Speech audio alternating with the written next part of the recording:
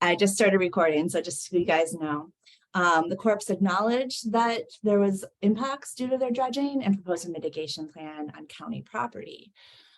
So this is an example of how we can leverage existing laws to carve out space for our natural native species, species that has been lost relatively recently in history.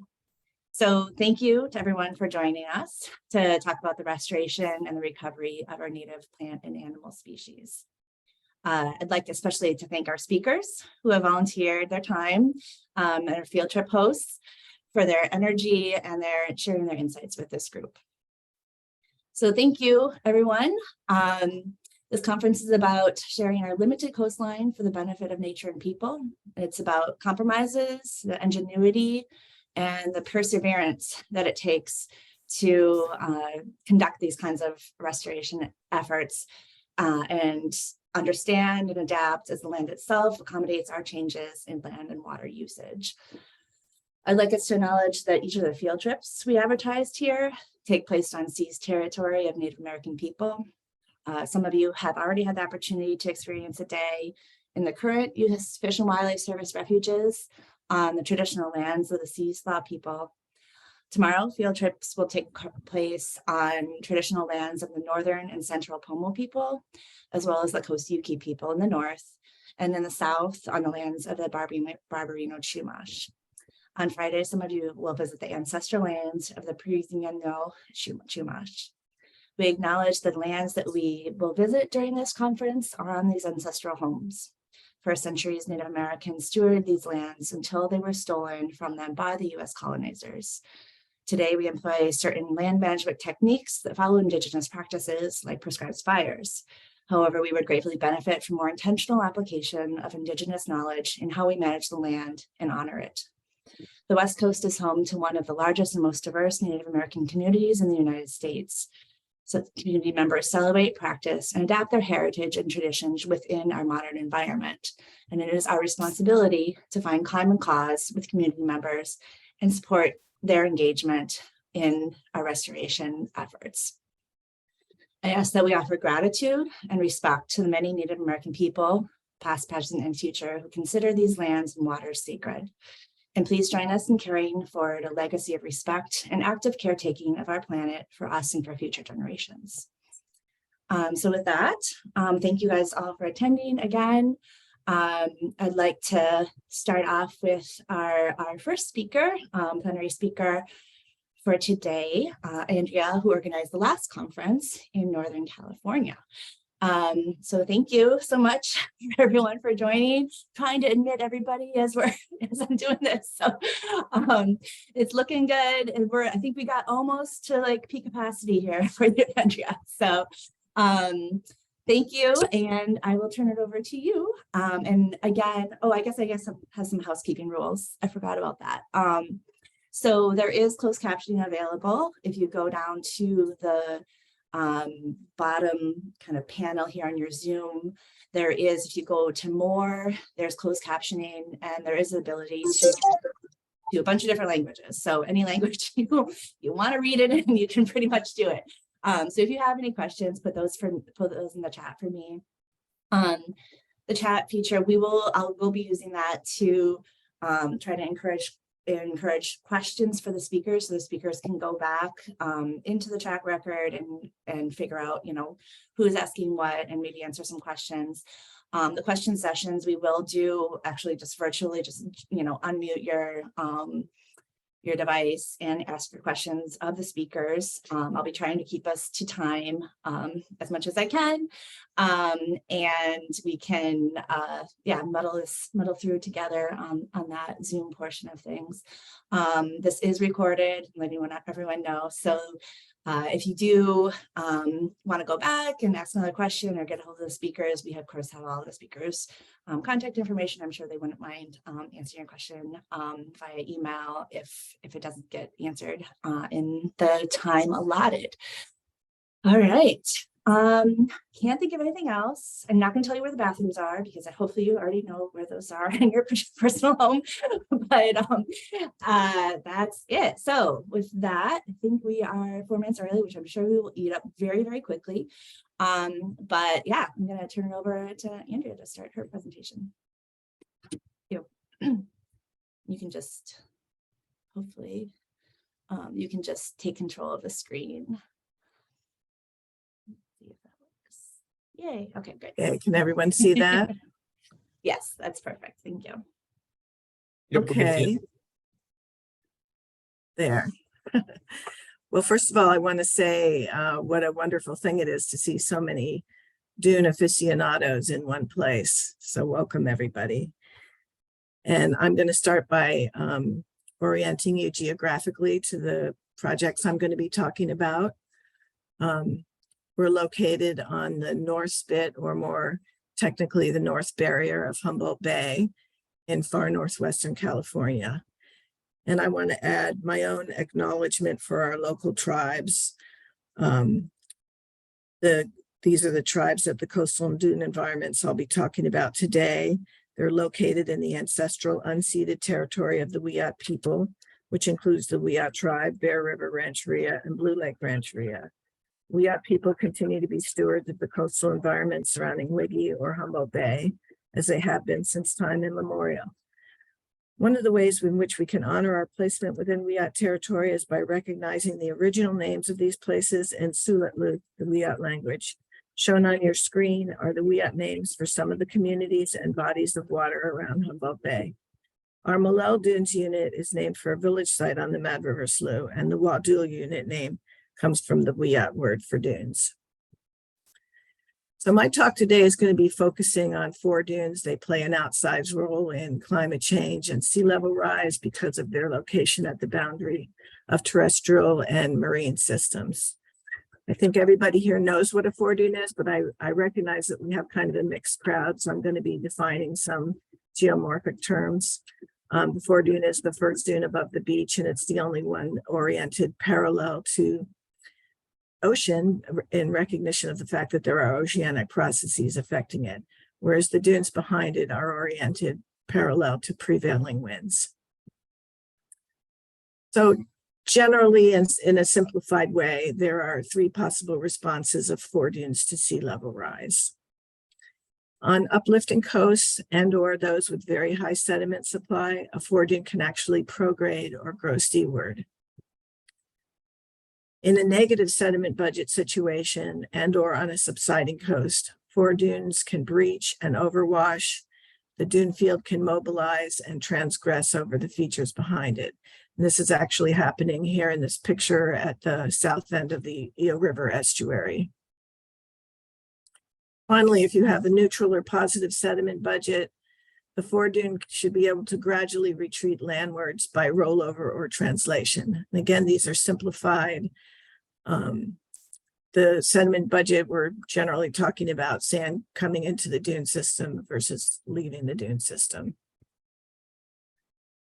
In our area, at least, we have 2 types of 4 dunes. We have incipient 4 dunes, which are low and tend to tend to be washed away by winter storms. So they'll last anywhere from 1 to about 5 years.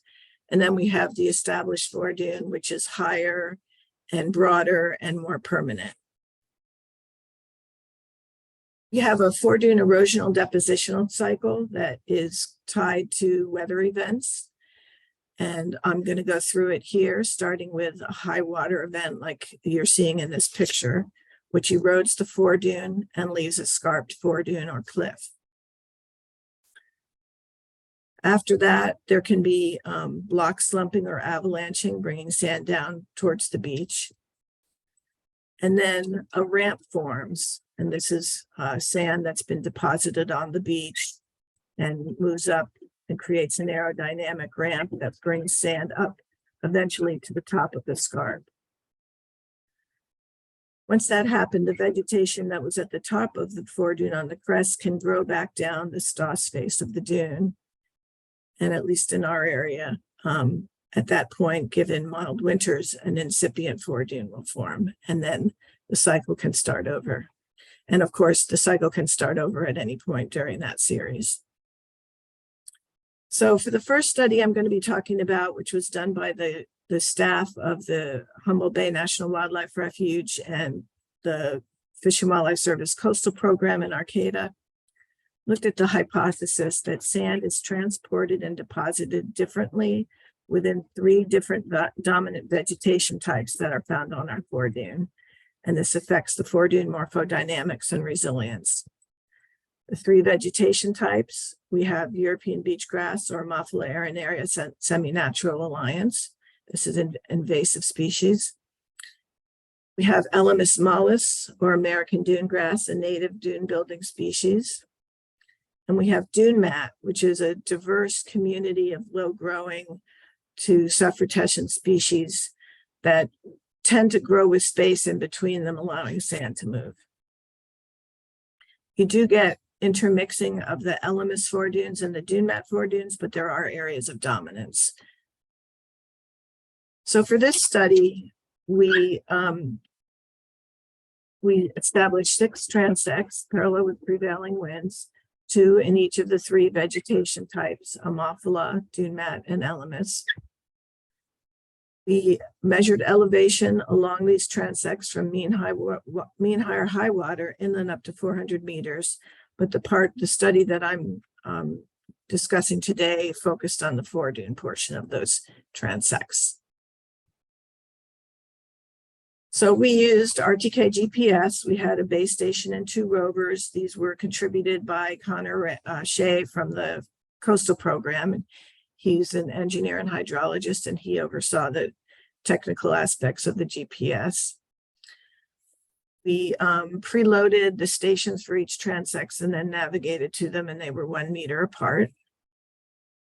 And we took elevation measures at all of those treatments.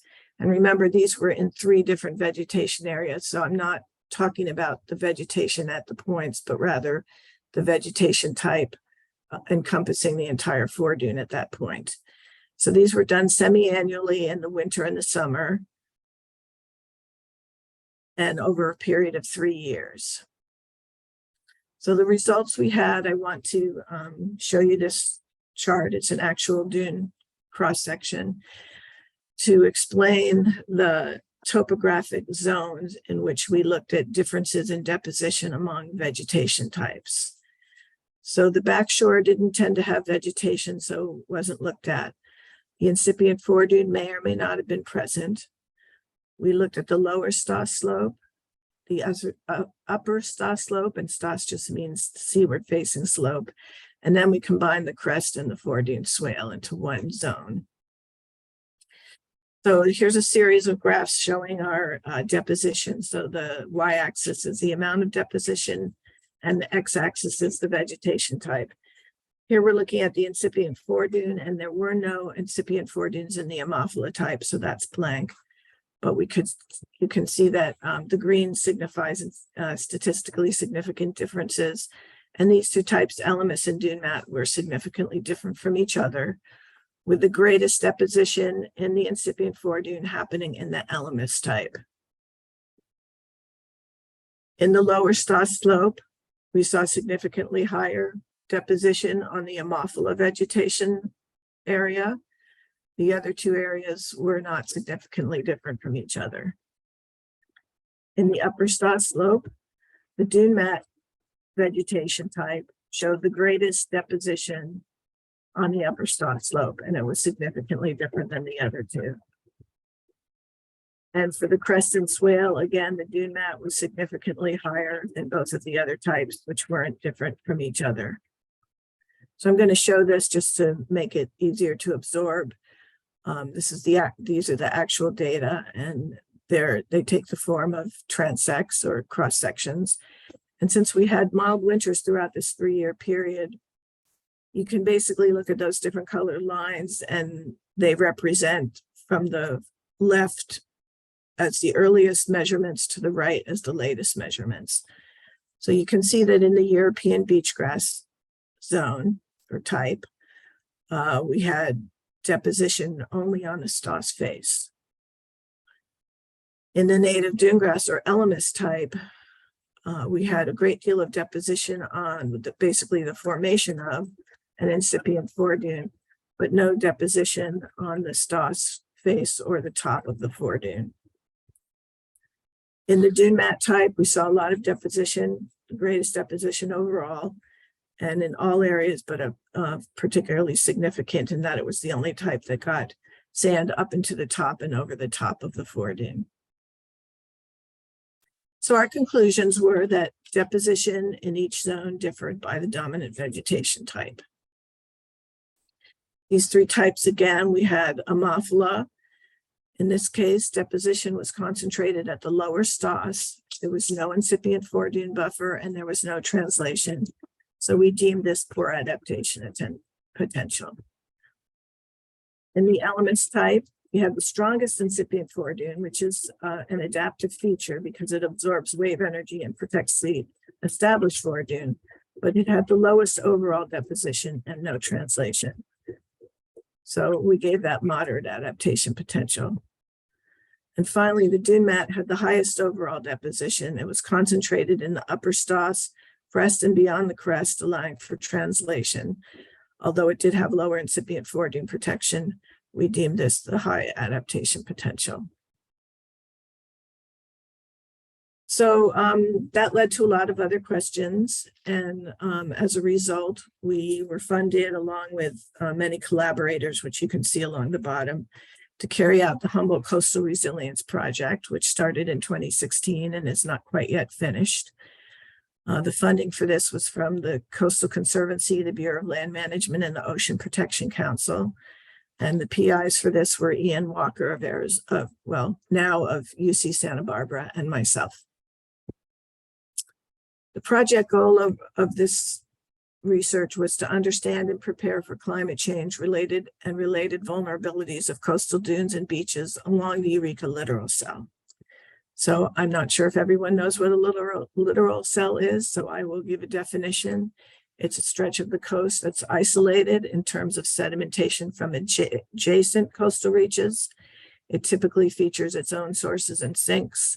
The isolation is caused by protruding headlands, submarine canyons, or inlets, and some river mouths that prevent littoral sediment from one cell to pass into the next.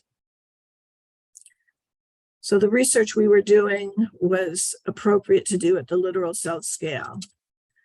We're in the Eureka littoral cell, which extends from Trinidad down to False Cape. Sources of sediment for this cell are primarily the Eel and Mad Rivers in Humboldt Bay. The sinks are the Eel River Submarine Canyon and Humboldt Bay dredging. And then we have bidirectional littoral transport tending to be north in the winter and south in the summer. So we had a number of objectives in this study. I'm going to go over the objectives and then focus on one. So the first objective was to measure the annual and seasonal change in beach dune morphology and vegetation to determine sediment budget, transport rate, and pathways, and the role of vegetation in foredune morphodynamics. So this is basically an expansion of what we did in the smaller study up at the Landfield Dunes. Morphodynamics, look at the roots of the word and you will get it. So our study area, again, was the Eureka littoral cell. It was 52 kilometers long. It encompassed most of the littoral cell. A total of 73 transects were established, encompassing variation in a longshore position, dune morphology, and vegetation. And then there were additional transects for infrastructure or adaptation.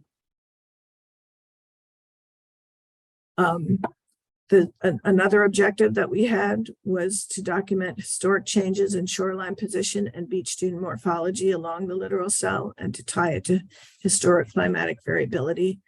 This was done in two sections. The northern section, which was Humboldt Bay, North and South Spitz, was done by Kelsey McDonald. The southern stretch of the North and South Spitz of the Eel River was done by GHD Consultants.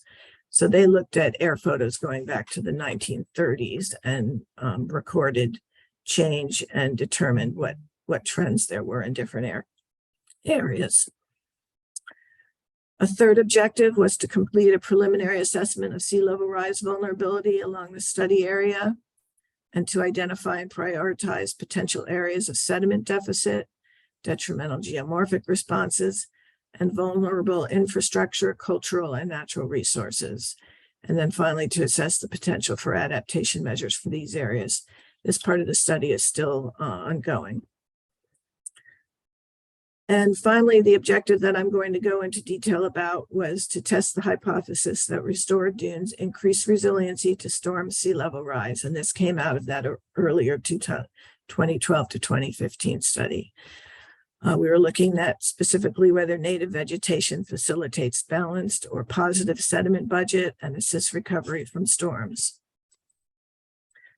So the two colleagues I worked with on this are Ian Walker and Zach Hilgendorf. Zach was Ian's PhD student, and he made this part of the study his PhD dissertation. This is the study site. It was a 400-meter stretch of Ammophila-dominated foredune. We divided it into 4 areas: a control area you can see at the south, in which we left the European beachgrass, and 3 other areas in which we removed beachgrass and then planted 3 different types of vegetation, elements in the first one, dune mat in the second one, and a mixture of dune mat and elements in the third one. The CCCs removed our European beachgrass manually. We had CAL FIRE crews plant native dune grass, which was harvested locally. And we also planted in the other types native dune mat divisions, which were collected locally. This is just a series to show the change over time. So this is the Elemis treatment before it was restored. This is after most of the beach grass is gone, but before vegetation was planted. And this is near the end of the study. Dune mat treatment similarly, for Ammophila is completely dead, and now near the end of the study. And finally, dune mat Elemis treatment. So again, this was Zach's PhD dissertation. He did have some help from some colleagues, especially Elena Rader, who started the study, who's actually, I'm not sure where she is now. But anyway, what Zach's standing next to is a terrestrial LiDAR scanner, and this is what he used to measure elevations over the study site. So this gives very fine-grained measurements of elevation. The way you analyze it is you basically take the newer collection, subtract an older collection, and get the net change. His measurements were taken twice a year, usually in spring and fall. And this is not a graphic I expect you to absorb, but I just wanted to point out a couple of things. This illustrates all of the TLS measurements that he took over the course of the study. And I'll highlight the winter dates, and you can see that they tend to be erosional. And you can also notice that the most dramatic erosion occurred in the first 2 winters. The November 15-16 year was an El Nino year, and we had a lot of littoral cell-wide erosion. But the bigger impact was in January 2017 when we had an extreme high water event. The red on here is erosion and the blue is deposition, and each of those shows the distance from the beach into the back dune. But now I'm going to collapse that down to the whole study period from November 2015 to September 2021. So again, red is erosion, blue is deposition. You can see that we still haven't really recovered from that extreme event on the beach. We still have net erosion from the beginning of the study. You can see the 4 vegetation types on the left going up the y-axis: Ammophila, Elemis, dune mat, and dune mat Elemis. And I wouldn't worry about the amounts. Just remember that red is deposition and blue is erosion. Blue is deposition and red is erosion. So you can see that in the top 3 types, which were the native vegetation types, this black line represents the dune crest at the beginning of the study. So in these top 3 types, you can see that a great deal of sand has been deposited over the old crest of the foredune. So we are getting a reconnection of the beach foredune, back dune sediment budget, and we're getting some translation of dunes. Whereas down here in the Ammophila, most of the deposition is on the Stoss face of the foredune, and there's even some erosion on the lee side. So, like I said, in January 2017, we had an extreme event. This was really fortunate for us because we had all of the monitoring in place and we could look at the recovery of the foredune from an extreme event. This shows both the LMS and the control areas. The scarping was literal cell wide, so both, invaded and non-invaded dunes were scarped. This shows a time series. On the left is the control area with European beach grass. On the right is the LMS treatment. You can see how over time, the control treatment between January 2017 and September 2018 had not yet healed. The ramp had not reached the top of the foredune. Alternatively, in the LMS treatment and the other native treatments, the ramp reached the foredune by September 2018. In general, it took almost 2 years longer for the ramp to form in the control treatment than the other treatments. So this is suggesting a very adaptive response to storm events. So the question remains why that happened, and some observations lead to some ideas. We noticed that the Ammophila scarp, well, in an Ammophila scarp, you have a dense network of rhizomes that hold this fairly vertical position while the ramp is forming. This makes it harder for the ramp to reach the top and also causes steerage of the winds along shore on the beach rather than from the beach into the foredune. This picture is from a native part of the system. And you can see here that there's two processes going on simultaneously. There's avalanching from the scarp, and then there's ramp formation from the beach. So possibly because of the much less dense rhizome system in the native vegetation, there's a predominance of avalanching, which contributes more to the ramp. That's just a hypothesis at this point. Again, I wanted to show you the actual data. This is an unrestored Ammophila foredune from 2016 to 2022. Blue is the earliest, red is the latest. You can see that there was deposition, but primarily on the Stoss face. And you can see what a narrow peaked foredune Ammophila tends to form. Now this is two of the transects that were in the native restored dunes, and the light orange is the beginning and the dark red is the ending measurement.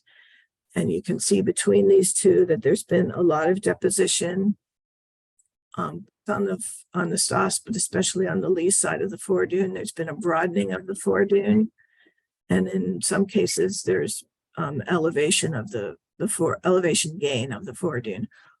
Averaged over the entire site, the foredune became broader and higher. That just shows the areas of deposition. And this is a slide I stole from Zach Hilgendorf because I think it shows a really good picture of what's happening both geomorphologically and ecologically, what's causing the superior adaptation in the natural foredune, in the native foredune. So the top picture is an idealized foredune with native vegetation, and the bottom picture is an idealized foredune with invasive vegetation or Ammophila. So we're going to start with basically the results from what I just showed of the scarp recovery. There's faster recovery and enhanced resilience to erosional events in the native foredune. There's a more gradual slope and sparser vegetation. This allows greater sediment connectivity across the foredune. The native species allow for greater biodiversity. And there's a landward translation with rising sea level rise. So overall, you get a wider, broader foredune with enhanced onshore sediment storage. In the idealized foredune with invasive vegetation, we saw slower recovery and decreased resilience to storm events. The steep stabilized slope and dense root structure steers the winds along shore. The dense vegetation caused decreased biodiversity. It also cuts off sediment exchange across the foredune. The foredune is static and becomes eroded with rising sea level because in between those erosive events, if there's no time for the ramp to form, then you basically get shoreline retreat. And overall, there's a steeper, narrower foredune with decreasing sediment volume. So that's kind of a takeaway from that study. Couple areas for future research. I'd like to see replication of these results in different sediment budget regimes. We have a pretty positive sediment budget at the Lanphier Dunes, and I would expect to see some different responses in different situations of sand budget. And then it would be great to document the ramp formation and different vegetation types and really spell out what it is that's causing those ramps to recover faster. A lot of people were involved in these studies. I couldn't really fit them all on here, but these are the major players. I particularly want to thank the Fish and Wildlife Service that encouraged me to partake in these projects. And are there any questions?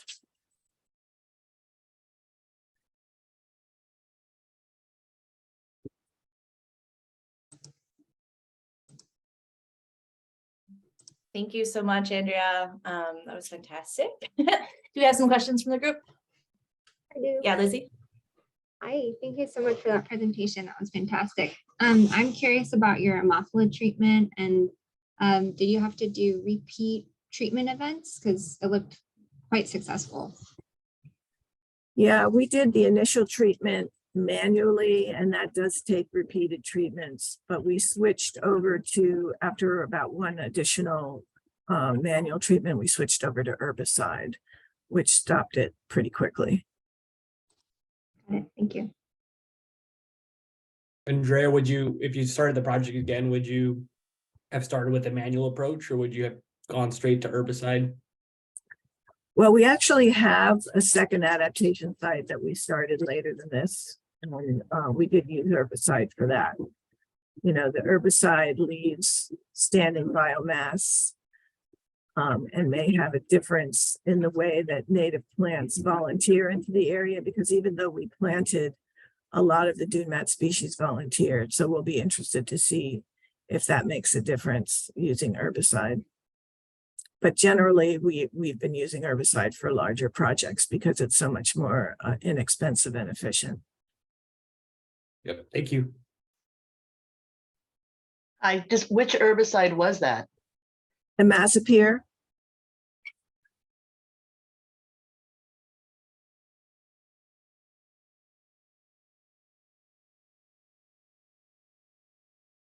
Sounds good. There is I think there's a question in the chat.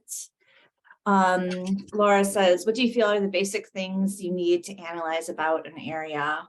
Sediment budget, native species composition, to estimate whether a certain dune design will work. Yeah, I think it's very important to get at the geomorphology and therefore the sediment budget. And, you know, I've started in dune restoration 3 decades ago, and it's just in the last 10 years that I've started collaborating with Ian and his group. And it's just been a wonderful collaboration to bring the geomorphologists in. So I would recommend that to anybody who's working. I know a lot of the time, the practitioners who are doing this work are ecologists. So I I encourage you to find a collaborator who is more of a geomorphologist. Interesting, thank you. I will definitely take that into consideration when I think about this. Good point. All right, any other questions from the group? Just one small one. Just a question with some of this slope deposition. Do you find any short-term influences of offshore sandbar activity affecting that deposition? Because I've found that sometimes our deposition on the dunes, based off its distance from a river mouth or what have you, really influences that, and then as a result can influence the deposition inward. Yeah, I think that's true. Unfortunately, we weren't able to, because of our high seas here, we weren't able to measure out to the bars to watch their actual behavior. But we do have typical bars that migrate inland in the summer and beach. And do you find that the closer you get to a source of a sediment, that deposition gets more intense? We didn't measure that, but I would say that, you know, we did have transects that went further south. And I know that from other studies we've done that height of the foredune is on a gradient as you go from north to south down the spit. The Mad River is an important source of our sediment. So I think what you're saying could easily be true. Thank you. Any other questions? All right, great. Yeah, thank you so much, Andrea.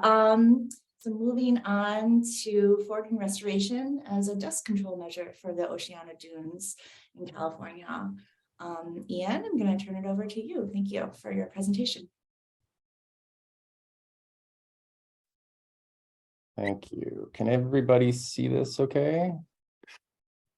Yes, you're not in presentation mode. Oh, that's right. I know Zoom is so much fun. That's Were you wrong. learning these things I thought we already You think figured I out. know this by now? Just hang on a Yeah. second. I had two versions of PowerPoint open. You don't want to see a lecture. That's really boring. Okay. Thanks everyone for putting this together. As Andrea says, these are always invigorating events to have so many Dune nerds and appreciative folks in the room. I'm going to present a very different type of restoration project. Many of the projects I've worked on, such as that you just saw with Andrea, involve sort of modifying vegetation to remove invasives and maintain a foredune and its resilience, whereas this project is starting literally from ground zero and rebuilding a foredune. I'll state up front too that this project is sponsored heavily and enthusiastically by California State Parks Off-Highway Motor Vehicle Division. I'll explain why. I'll also explain what these strange crop circles are that you see here in the photo, and you'll see the vehicles for scale to impress upon you the size of this restoration project. It is probably the largest coastal dune restoration project in North America. And I'll also say that this project occurs on the ancestral lands of the Northern Chumash people. So for those of you who don't know the Oceano Dunes, it is an iconic, strange place, host to what has been decades of off-highway vehicle use, managed by Cal Parks since 1982. You can see some typical weekends here. These are not necessarily long weekends, but common weekends where typically 1,000 use permits, some of which had several vehicles, would be camping and enjoying the dunes at Oceano. Now you can imagine the impacts of this, those of us who know dunes and vegetation and all the species they host. But this is not all on Cal Parks. This area was used by Model T Fords back in the 20s. And so this place has been a very popular site for dune buggy culture for several decades. So geographically, we're located here near Pismo Beach. You see here in panel C. The air photo above shows the region that you see in panel A here. And this black box that is panel A, that's the same area where I showed all of the campers and OHVs in the previous slide. So heavily used area. I'll also draw your attention to box B1 here, and that is one of our reference sites, or air quotes, natural reference sites for foredunes. And this is what foredunes in this area of the Central Coast look like, unlike the nice continuous foredunes that you see up in Humboldt. These are very discontinuous with long erosional blowout corridors and parabolic dunes in behind, and hummocky dunes that we call Nebka. So this is our kind of target site for the restoration. The photo that you see on the left here, these are 5 treatment sites and 1 control site that I'm going to talk about throughout the talk. And the control site is number 1, and then we go through the different treatments as we go north to south. So a little bit on the history of the site here. Aerial photography from the late 20s shows a discontinuous foredune throughout this area that progressively disappears. And it disappears well before the park was established in 1982. So close to 90 years of recreational use in the dunes has destroyed these discontinuous foredunes. With the recent result of dust emissions, so fine particulate matter, less than 10 microns, which poses a suite of health problems, the emissions in the county are exceeding both state and federal air quality standards. So in response, the San Luis Obispo Air Pollution Control District issued a stipulated order of abatement, legally requiring CalParks to reduce dust emissions to half of that of 2013 levels by 2023. Now, of course, we're in 2023. We'd met roughly 30% of that reduction, and the SOA has been extended for another 3 years. To date, about 400 acres of dust control measures. The foredune is what I'll talk about today. And so I'm a member of what is called the Science Advisory Group. This is a team appointed by the SOA to help parks design, implement, monitor, and assess various dust control measures. Virtually all of these eventually become nature-based, so loosely using plants to recreate dune environments, both foredunes and back dune environments. But sand fences have been used temporarily to limit saltation, and it's that hopping of the sand grains that is emitting the dust. So a 48-acre foredune was developed, and the treatments, which I'll explain here, indicate combinations of surface texturing, so just using a sheep's foot roller. The idea there is that if there were any seeds in a seed bank, which there really wasn't, they would be captured with a little bit of moisture in these dimples. Native seeds captured locally, with also sterile hybrid grass seeds in some treatments, native seedlings, and straw cover. So some combinations of these with the reference site that I mentioned before. So the hypothesis for this study then is that the more intensive plant-based and straw-based treatments would trap more sand and increase dune growth. For context here, the amount of sand that is coming on shore in this littoral cell is the highest in California in terms of the littoral cell supply. And it's on the order of 1 dump truck per meter of beach width per year. So just to give you some context there, and I'm talking about a large dump truck here. So there's tons of sand coming in to build foredunes. It's just without roughness like plants, you're not going to develop that sink of sediment, as Andrea was talking about before. So the map on the left here shows the measured emissivity of PM10 dust derived from about 500 mini wind tunnel or pie swirl tests conducted by the Desert Research Institute, who are partners on this project. And the hotspots indicate areas that are highly emissive. So you can see this zone here, which is where the foredune treatment went in, is highly emissive. Now, we kind of know why, but the direct physical association between vehicles and dust is not clear. It's not like vehicles are rooster-tailing dust here. We hypothesize that the mechanical action of wheels and vehicles on the sand grind the sand to finer textures than would exist naturally. When you get to the south here, you'll notice that the emissivity is much lower, and this is an area that has been seasonally protected for the western snowy plover and least tern. So the vehicle activity is limited to about 4 months, and now it's permanently closed. And you can see the boundary of the park in the red here. There's a clear, distinct delineation between where vehicles are and where emissivity is high. So we targeted this most emissive area to create a fore-dune. We knew a fore-dune had existed there before from our aerial photographic work. And we came up with the different treatments, 1 through 6 here. 1 is the control, so no treatment itself, just protected by a fence. 2 had the sheep's foot texturing with just native seeds. 3 added a sterile ryegrass seed to create a little bit of roughness in that first grow season. 4 and 5 were these crop circles that you see over here. So a straw planting circle of about 20 meters wide, or sorry, 20 feet wide, with 9 plants and some scattered seeds in the middle, all fore-dune plants. And then the bottom is what is locally referred to as Parks Classic, which is a back dune treatment, which is broadcast straw, plants, and everything you can throw at it, all the seeds you can find that are native fore-dune seeds and plants. So the hypothesis would go that treatments 6 and 5 would create dunes faster and larger, and thus have a greater effect on dune, on stabilizing the surface and reducing dust emissions, both within the footprint and downwind. Kudos to dozens and dozens of volunteers, the California Conservation Corps, OHV division at Cal Parks, some nature consultants, many students at Cal Poly. You can see planting literally thousands of plants here. Ronnie Glick and Kevin Pierce from OHV Cal Parks at Oceano Dunes. Ronnie is the ecologist and manager at the site, and this is Mike Bush from Cal Poly. Combined, they grew some 27 or 28,000 plants for that first season, and all derived from local seed.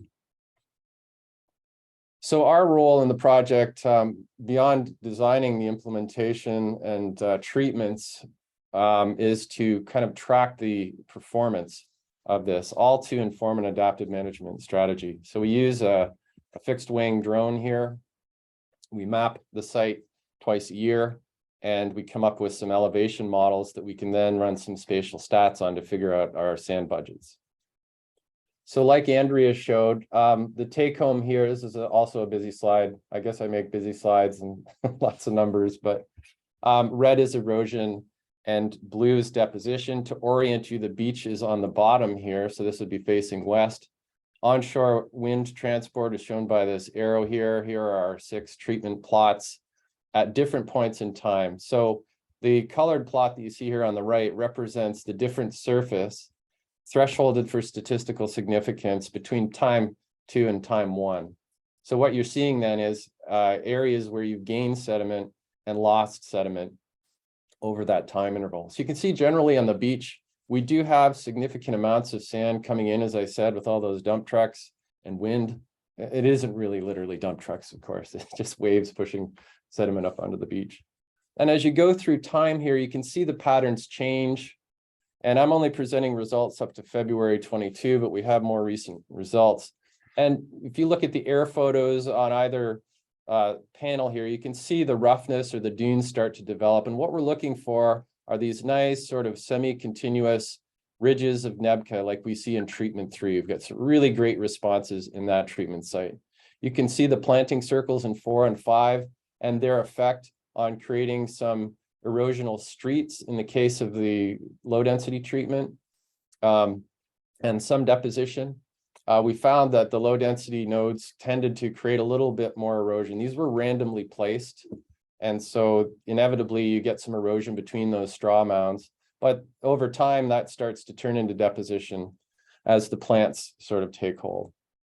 So we use the numbers, we count up the number of pixels of deposition and the numbers of erosion to come up with the sediment budget, or it's really like a volumetric balance.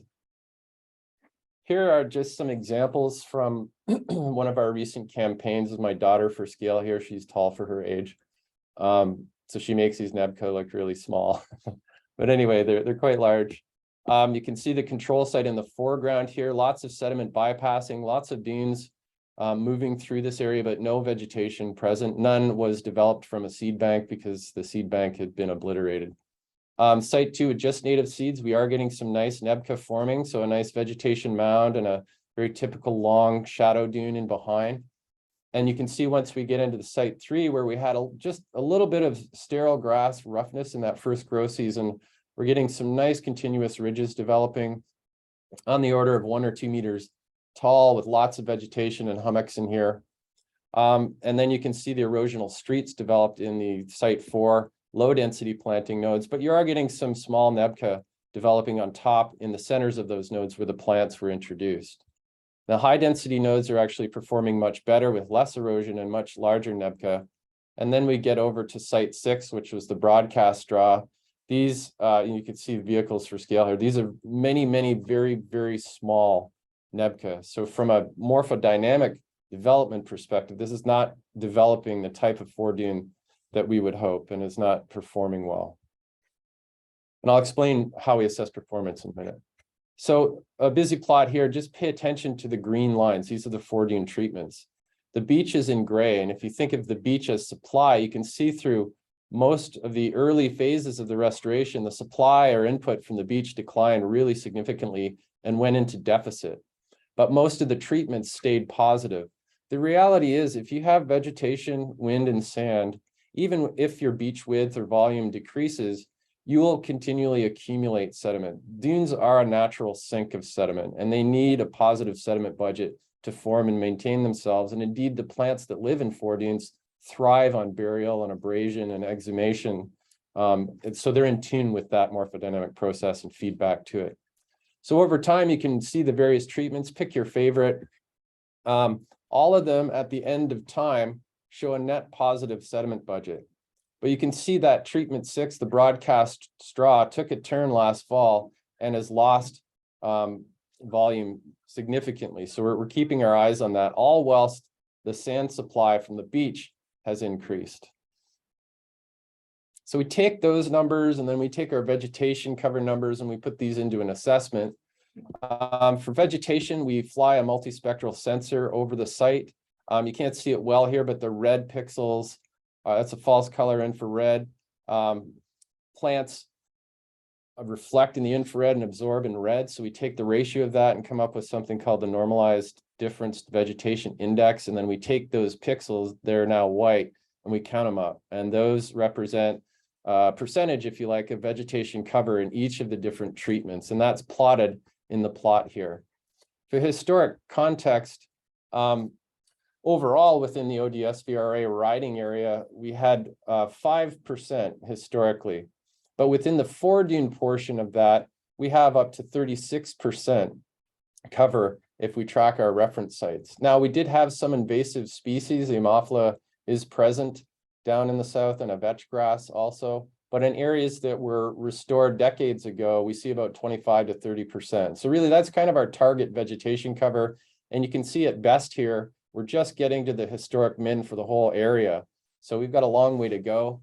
You can also see that treatment 6 has spiked recently in terms of its vegetation cover, and there is some relationship there with its dwindling in terms of sand accretion. So to assess the performance, and I think this is really key, I've seen and worked on quite a few restoration projects right now. There's a lot of great effort going on there, but in terms of the morphodynamics and performance and maintenance of a dune, there are some key things that we need to think about, and I think develop frameworks for assessing as we go. We are going into an era of increased sea level rise and erosion that we haven't seen in the better part of 8,000 years. And the rate of change on our beaches is going to be significant. So we really need to be continually monitoring and assessing and adaptively managing these sites. So for this project, we came up with 6 key indicators, one of which is dust control. Now that's not going to apply everywhere, but, and I've lost my cursor. Relative cost is important for feasibility. The developments of dunes is key, and the types of dunes and their diversity is important. Plant cover response, both species richness as well as the survivorship and percent cover, eolian activity and sand transport corridors, and then a positive sediment budget. And so if you take all of these and rank them relatively across your treatments, 1 through 6, now there are values behind these, but I'm not going to show those. And then you cumulatively add those up for each site, you come up with a value. Now our control site, that's just a reference site, so we don't pull that into the overall performance. But you can see here, based on all of these variables, the top performer is one of our lowest or least intensive and least costly methods, and that's the native seed and sterile grass. No contouring, No introduction of plants, no introduction of straw.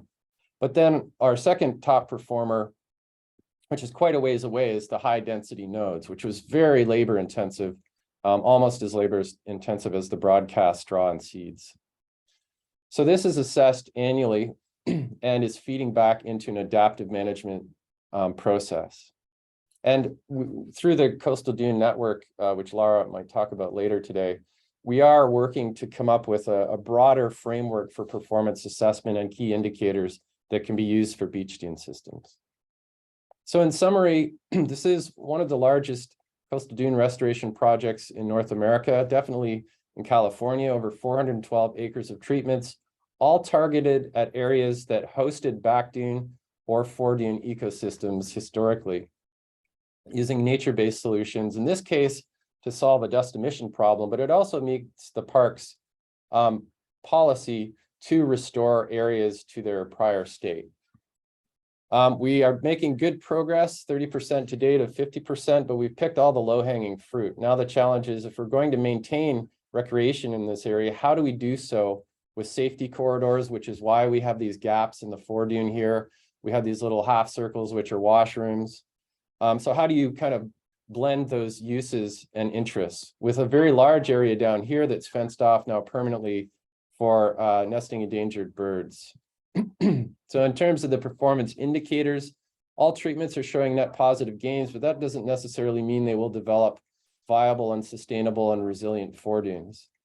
Aeolian activity, you can't help but maintain that here. The wind is very persistent and the sand supply is immense. Yet how that plays out in terms of dune development is important. Plant survivorship on introduction was very high at 70%, which was great. And we're maintaining species richness. It is increasing in some sites. And in terms of dune development, this is performing fairly well in most of the treatments, but definitely not all of the treatments, toward that target state that we're looking for, which is the discontinuous fore-dune with blowouts and eventual parabolics. Relative costs, while it seems some of the most intensive treatments are not performing as well as some of the least intensive and least costly treatments. So overall, these are the take-home points from the study, and I'd be happy to take any questions. Huge thanks to my co-authors and the many, many folks that have helped out with this project. Thank you. Awesome. Thank you so much. I was trying to observe all that. I'm glad this is recorded. So I'm gonna have to go back in there. Do we have any questions from folks? Chris Hi, does. this is Valerie. Hey, Morgan. Sorry. So how did you water the plants? Did you do any kind of watering treatment at all? Over. No watering at all. Some might be surprised that there's actually a very significant amount of water stored, within a few inches under the surface in most sands, especially those that are close to the coast. In this area of the coast, we get a fair amount of marine layer and fog as well. And these plants, they're adapted to moisture stress. So as long as you're using fore-dune plants that are locally derived, they should do just fine. There was talk of helicopters and trucks spraying, and it just, we decided that ecologically, if these seeds can't make it without water, they're going to have a hard go at this site.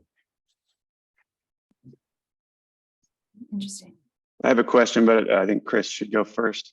Yeah, thank you. You mentioned that 25 to 30% was your target cover for vegetative cover. How did you come up with that? And was it just kind of a guess, or was there some rationale behind it? Yeah, so we looked at, I think, 18 different years of historic air photos going back to 1929. We had 2 reference sites further south near Osoflaco Lake that have not been ridden on. And so we tracked the vegetation cover in those sites. Invasive species were introduced down there, the vetch grass and Ammophila. In earlier years, before that really took hold, that's where we kind of came up with those numbers. And then the vegetation counts increase, and then they decline a little bit depending on where you are, because the park has been doing And other groups have been doing restoration down there as well, more recently. So that's kind of how we came up with the target, using local reference sites. There's no guesswork. We're just kind of looking to the best examples we can find nearby. Thanks. Great. And Lorraine Parsons had a great idea about everyone who has a question, introduce yourself and your affiliation or where you're from, just to try to get some dialogue going among our participants. So go ahead, Morgan. I think you were next. Hi, I'm Morgan with Mantech. I do a great deal of restoration work on Vandenberg Air Force Base. I had a question about the sterile grass. We actually sourced some of the same sterile grass because we heard what you guys are doing, and we tried to use it for a small stabilization site that we were doing, and we had to use small strips, and we had a number of winter rainstorms come through and just battered it all to hell, and it was just gone in one weekend. I'm wondering if the size of your patch, well, so I'd be interested in the timing of the sterile grass installation, and whether you think that the size of the patch of grass that you put in helped stabilize. Did you see on the windward portions of the patch your grasses getting beaten up and then they were more protected towards the leeward? That was it. Yeah, no, that's a good question. Well, I'll just leave it here, I guess. So these treatment sites are quite large. They're about 200 meters deep and as wide, depending on the site. So we've got, significant fetch there. How the seed is introduced is it's literally scattered by hand, but that sites 1 through 3 were all textured with the sheep's foot. So that dimple, I think, really helped in getting some of those seeds in. We didn't plant any kind of rows or anything specific to that. There was a little bit of broadcast fertilizer, not a huge amount, but a little bit of broadcast fertilizer went in with the seeds on these treatments, but no straw at those sites at all. And so treatment 3, that's where we introduced the ryegrass, and it just provides enough roughness during that first year. It was planted, I believe, around February, which is when. Oh, really? February? Yeah, Wow, we've done most of our planting in the late winter. I don't know, Alex is here, he can help clarify. But we that's when we scattered and planted. So the plants were kind of grown and hardened prior to that, and we try and get them in as soon as we can in the fall and winter. So that's when the seed treatment went in this case, February 2020.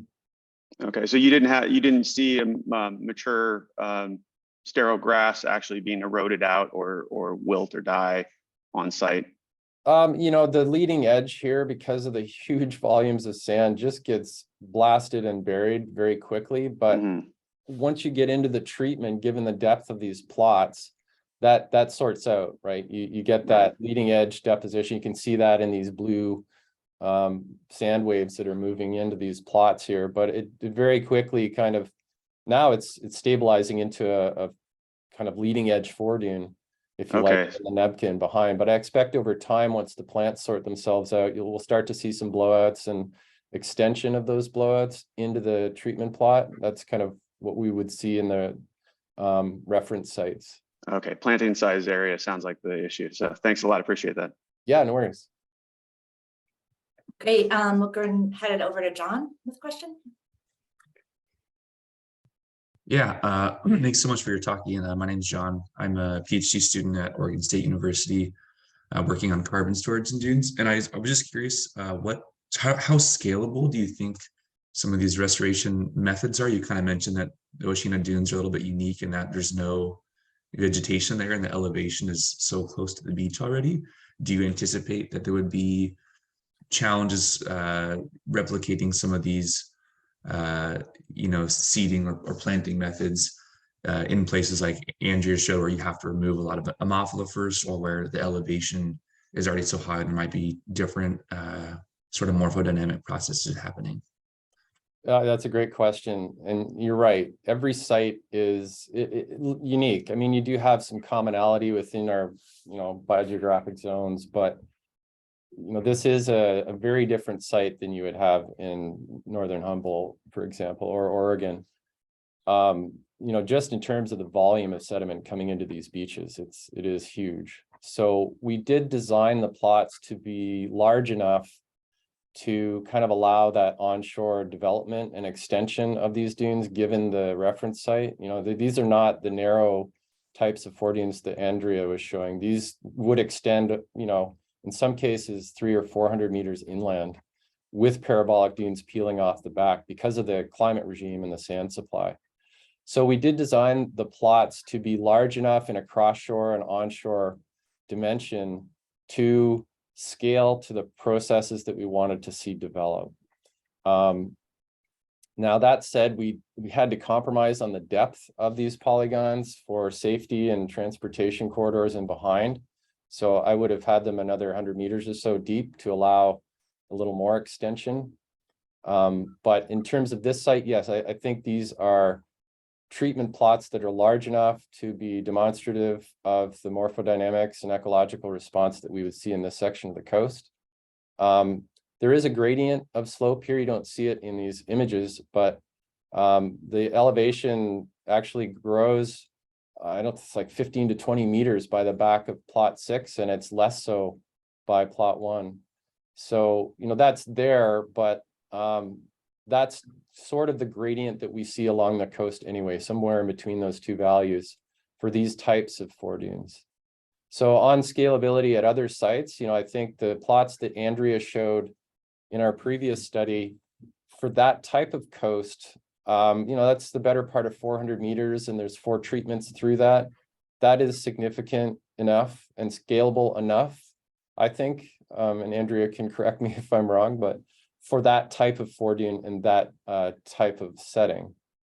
So it is all relative, and that's a very good question. And I think, Andrea gave a shout out to geomorphologists. I'll give a shout out to ecologists, because I think if we're not working together, we're missing something. So why we have certain plants and certain configurations of plant communities is as important as why we have certain types of foredunes. They are, they work together. So we need to, and when we think about scalability, we need to think about those ecotones. We need to think about this changes in species composition across this very dynamic boundary and how those scale, for sure. So thanks for that question. It's a very good question. Yeah, thanks so much. Great. I think we covered this a little bit. Just one last question about soil amendments to the treatments. If you want to go over that briefly, because I would like no, you had mentioned something. Yeah, it was just a broadcast fertilizer. I can't remember the NPK proportion, but yeah, and it was that was the only heavily one. applied, but just once, yeah. Right, fantastic. Great. Well, thank you so much. Fantastic project, and yes, very ambitious. And really exciting that, I love the ambitious projects, because we can learn so much from them, and nice that you have such fantastic partners to work with as well.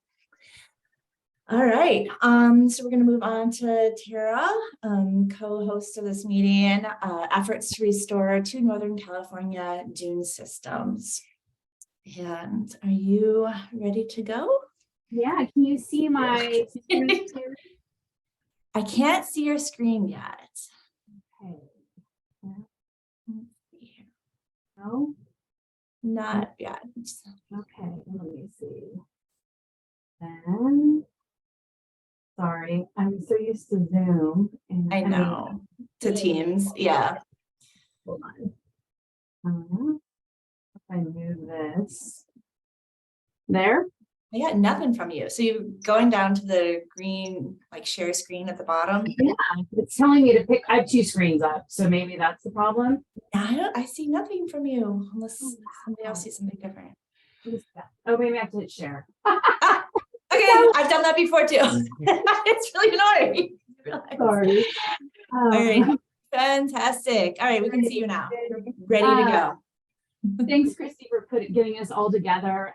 She did a lot of the heavy lifting for this meeting. And so I'm just really thankful, because I've already learned so much from the first 2 talks that it's just really important for us to get together. I'm here today to present about the efforts to restore 2 Northern California dune systems. My name's Tara Fuller. I'm the Senior Environmental Scientist for the Sonoma Mendocino Coast Districts for California State Parks. My co-author on some of this work is Renee Pasquinelli. She retired as a senior supervisor environmental scientist, and she really was instrumental in finding funding and completing these projects. And she will be on the field trip to answer some of the questions in more detail and give timelines and all the really nitty gritty stuff. That work? Okay. So we're in Mendocino County, and I always say Mendocino is like an island. We're pretty separate from the rest of California, it seems like. It takes a lot of effort to get here, and we have two dune systems in our state parks here locally. We have the Inglenook Fen 10-mile Dunes Natural Preserve and McCarricker State Park, and the Manchester State Park and Preserve, which is in the southern Mendocino County. And the projects I'm going to speak on today were really project level funding for landscape level restoration. So we got grants to kind of take on this effort. So the McCarricker, I'm going to start off with McCarricker State Park Dune Rehabilitation Project, and Renee has presented some of this information in the past. So it might, you might have heard some of this. The project was to restore the dune ecosystem for rare and endangered species, and it specifically removed 2.7 miles of an asphalt road, the rock base, and 2 culverts. The Inglenook Fen 10-mile preserve is approximately 1,200 acres, and in 1915, the railroad line was installed, and around 1949, they turned it into a truck hauling road where it had remained until about 2014. As a part of this project, we included the scope to remove the remaining Ammophila, which is around 74 to 94 acres. Because of some of the issues with the MND and the permitting, we basically have had to do manual removal only. And I will say this project was very complex.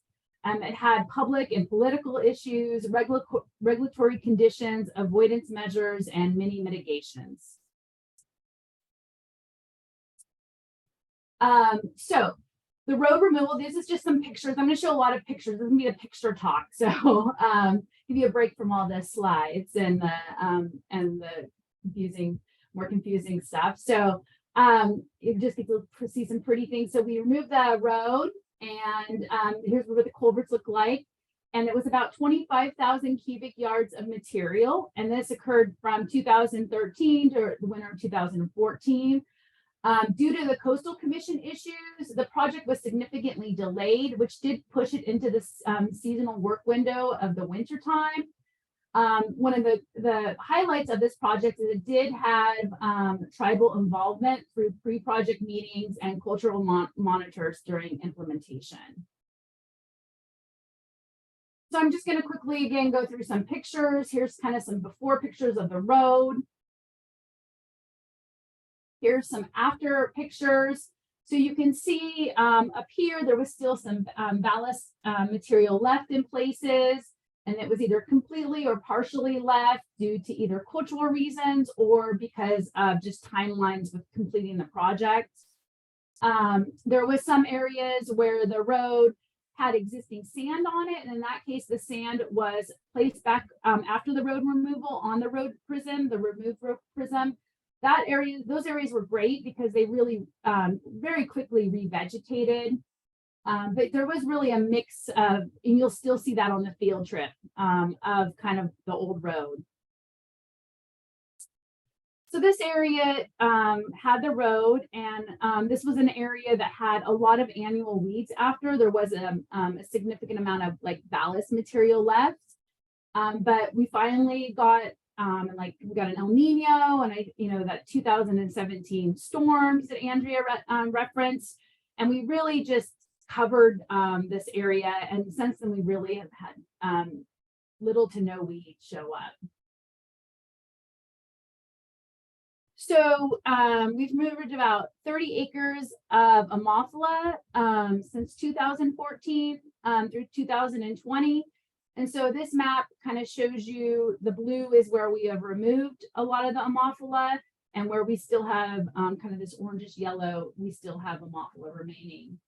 Prior to this effort, I do want to, there was some burning and herbicide use prior to 2014, but since then we've only used manual as referenced, and this is primarily with CAL FIRE crews, and we have forestry aides in-house that have done the bulk of the removal.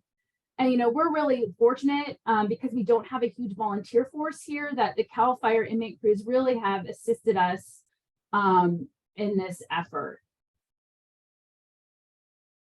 So here's a before picture of Ben Creek. And then here's some after. Again, here's the creek. You can still see a little bit of beach grass showing up, just as last year when we were out there. And we have some sea rocket coming in. And then to your right, this area was extensively covered with beach grass, and this is what it kind of looks like now.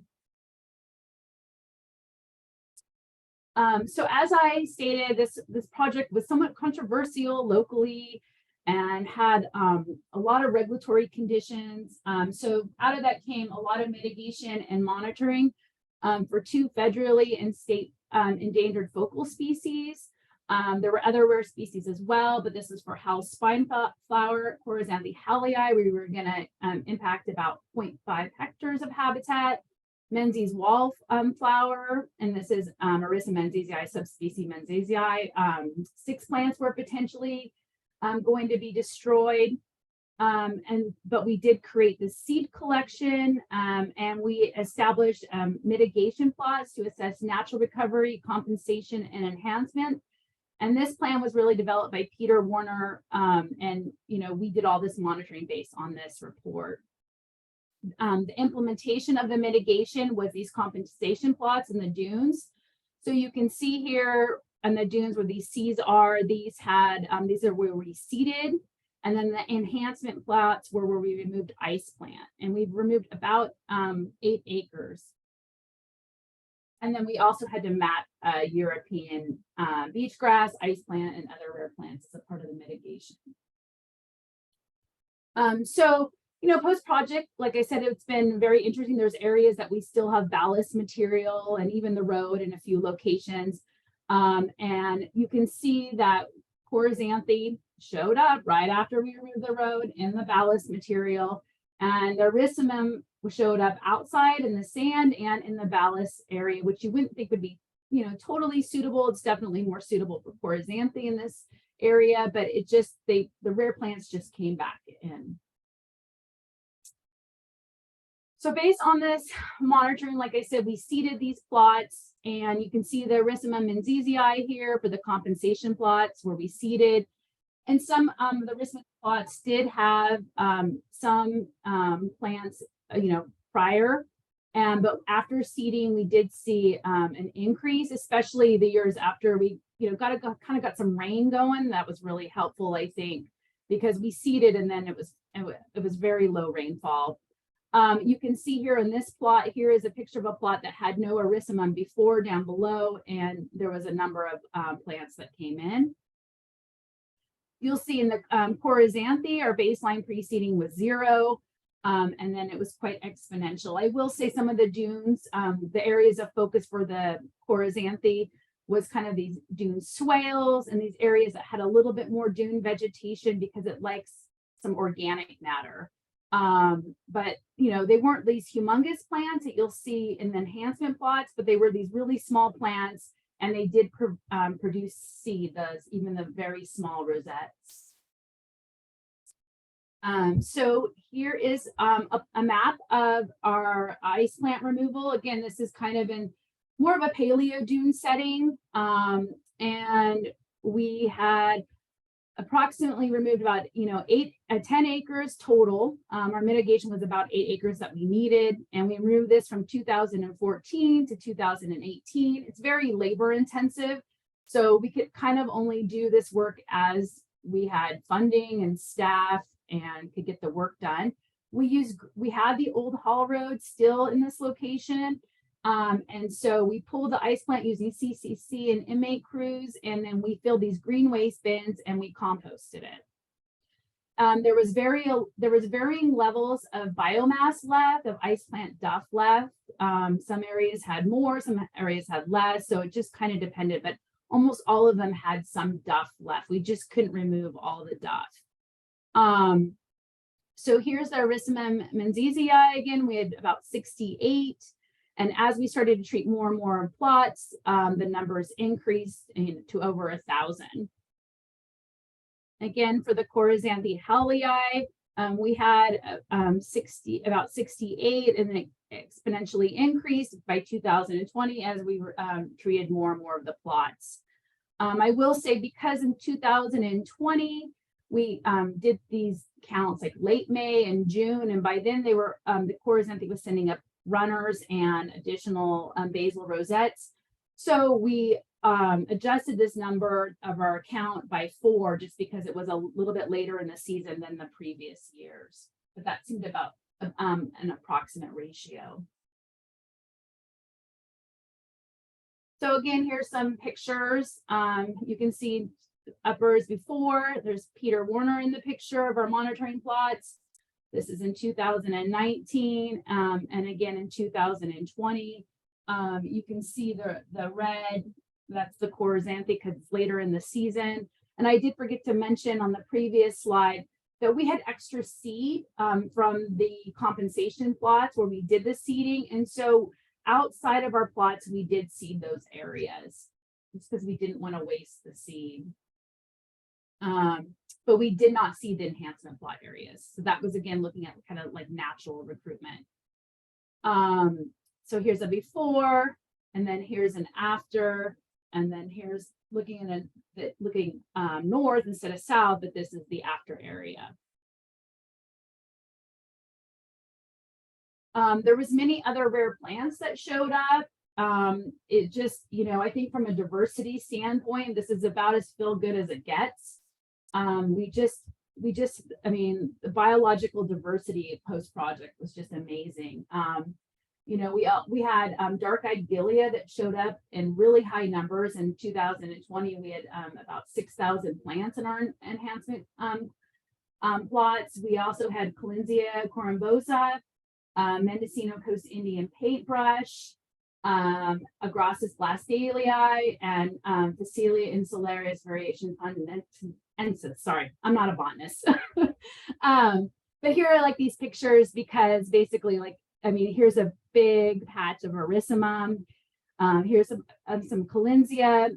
They seem to do really a lot better in the higher rainfall years. And again, some of the areas outside of our enhancement plots where we did seed, you can see just these huge patches of Coryzanthe, plus again, all the natives. So I want to also talk about our other kind of focal species is the Western snowy plover for this work. What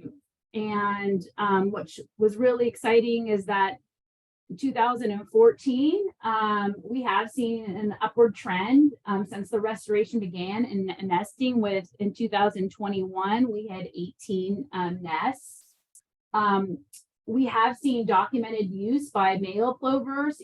Right here is a 2020 nest. And again, the beach is, this is in the Fore Dune area and the behind the first wave slope there is the 2022 nest. And then we've seen the males on multiple occasions with the brood, bringing the chicks back here in kind of this behind the Fore Dunes area. But however, I will say that we are still having, you can see last year wasn't really a great year, and predation, especially by ravens, is a limiting factor. They've seemed to kind of found the plover's nests after that really high year. So I feel like I'm continually learning and changing my thoughts, and I think some of the previous talks were very helpful in looking at what we see on the landscape from a practitioner standpoint. But some of the lessons learned from this project was the 8-to-1 mitigation requirements were not needed. This project was self-mitigating. The creation of habitat for 6.5 acres of the road were utilized by rare plants. The manual removal of beach grass and ice plant is very time consuming and expensive. The good news is after approximately 5 treatments and the removal of biomass and root function does allow for the geomorphic processes to occur quite quickly compared to, say, the Manchester project, which was herbicide, and I'll go into that. It cannot occur in cultural areas, so it's really challenging to do soil disturbance in some places. Biomass and duff breakdown, especially for ice plant, is a long-term really a long-term challenge. There's still like duff there 5+ years out, and it can create a repository for weeds. The cool thing about this project is the dune morphology is changing from the kind of the parallel dunes to parabolic. And this rapidness, based on my observations, was really based on spring wind conditions and the few years of storm surges. Dune deflation is occurring. However, after these 30-foot swells we had this winter, there has been some dune erosion, and we will see that in our field trip. And the cool thing is too, is the western snowy plovers are using these locations. And other things that I've noticed is that the sea rocket was kind of a secondary invader. It was kind of down to the beach strand, but is now starting to colonize the foredunes as they deflate. So this is just something, again, to pay attention to, and we're having our crews kind of remove it. The rare plant monitoring, I think, seeding of rare plants can be successful. We didn't do active planting. Seeding appeared to work, and it is, an option.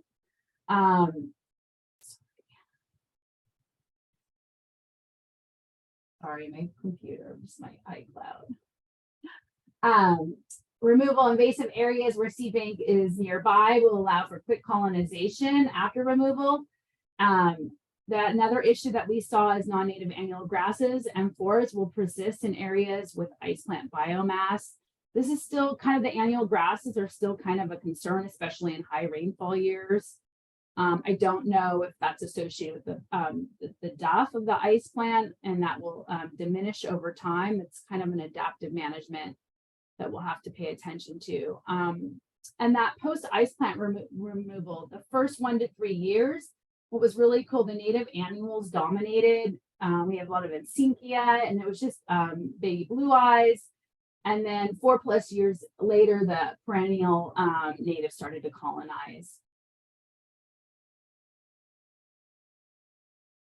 So future actions, my life revolves around funding for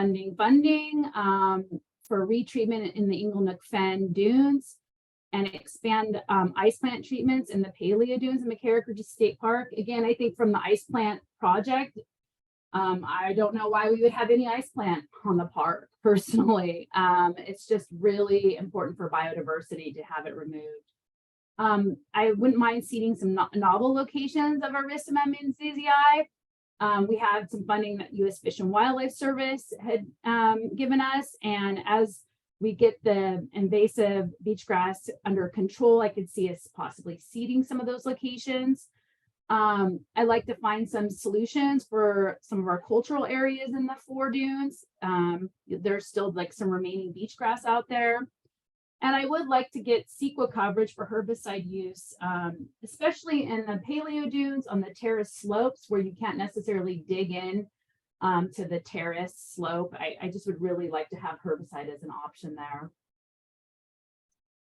So that was a lot. And now I'm switching to another project that we, like I said, done in South Mendocino County at Manchester.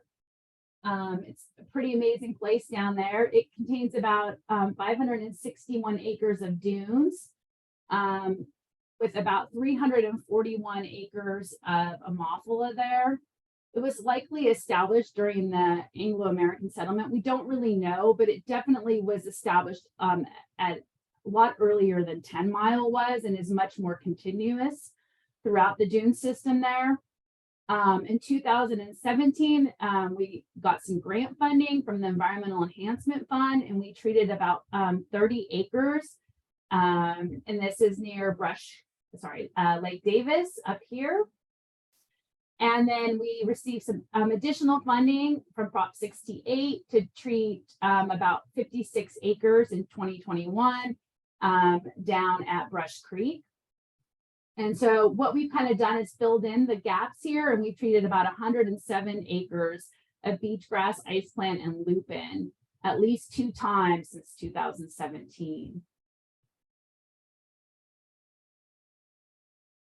So the environmental enhancement grant, it was really, again, focusing on the coastal strand and lagoon at Lake Davis Estuary. It included Amophila mapping and pre-project surveys and monitoring. We established photo points and longitudinal profiles.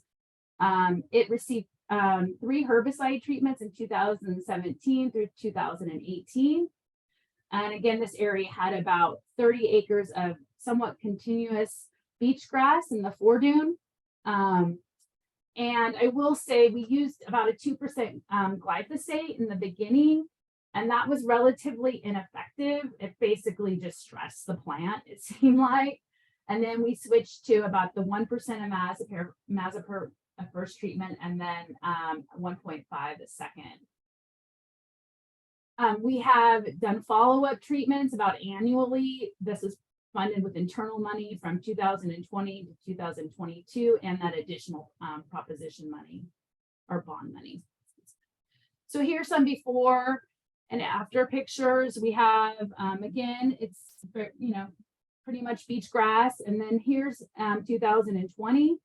And again, it's opening up, the real estate's starting to open, but we still don't have a lot of native plants. I will say our kill rate was about 60 to 40%, it seemed like the first year. And then we've kind of been hovering around 80%, and then about 2 to 5% survival at a 95 to 98% kill rate.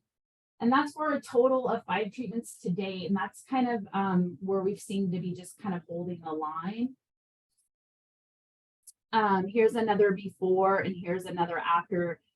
You can see again now some areas, it's just really spotty how effective the treatment is. Some areas it's really dead, and areas it's not. And I'm going to kind of go back to this area right here in the next slide. So this is kind of the same area. And what we did, because we had a lot of money, we were able to do a hand treatment on this border area.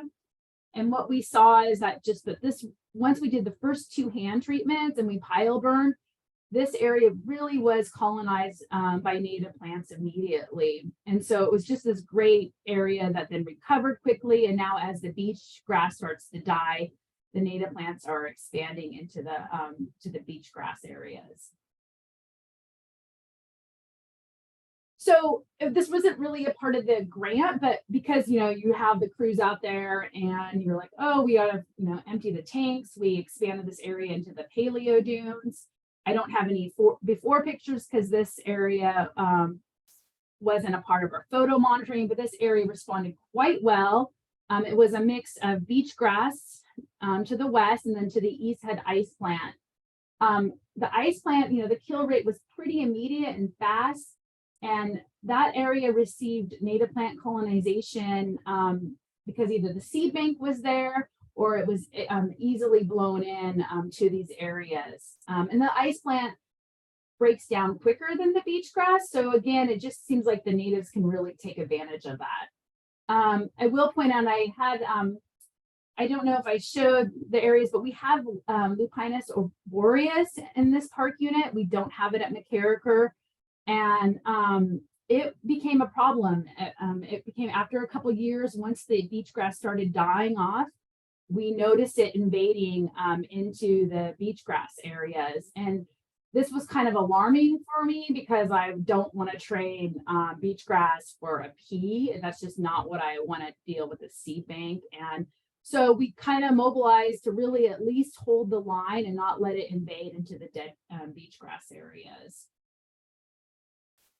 So we got some additional funding so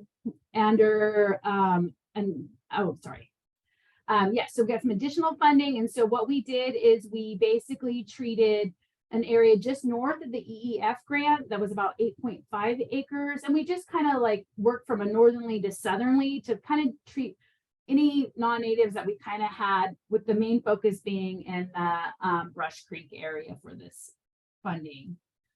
We focused on this time on secondary evaders, the Lupinus arboreus, doing kind of an integrated pest management approach. We treated remaining headland patches of ice plant, and we got 2 full treatments completed in the fall of 2021 and 2022.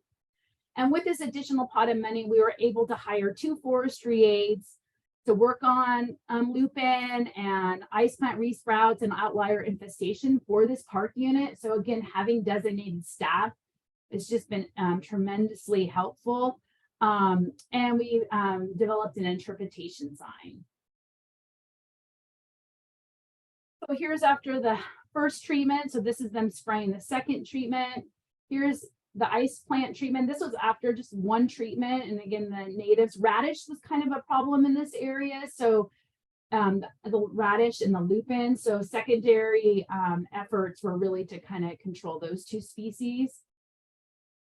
And again, the ice plant just really was reoccupied by natives. Here's some of the headlands patches. Again, you just was a patch of ice plant.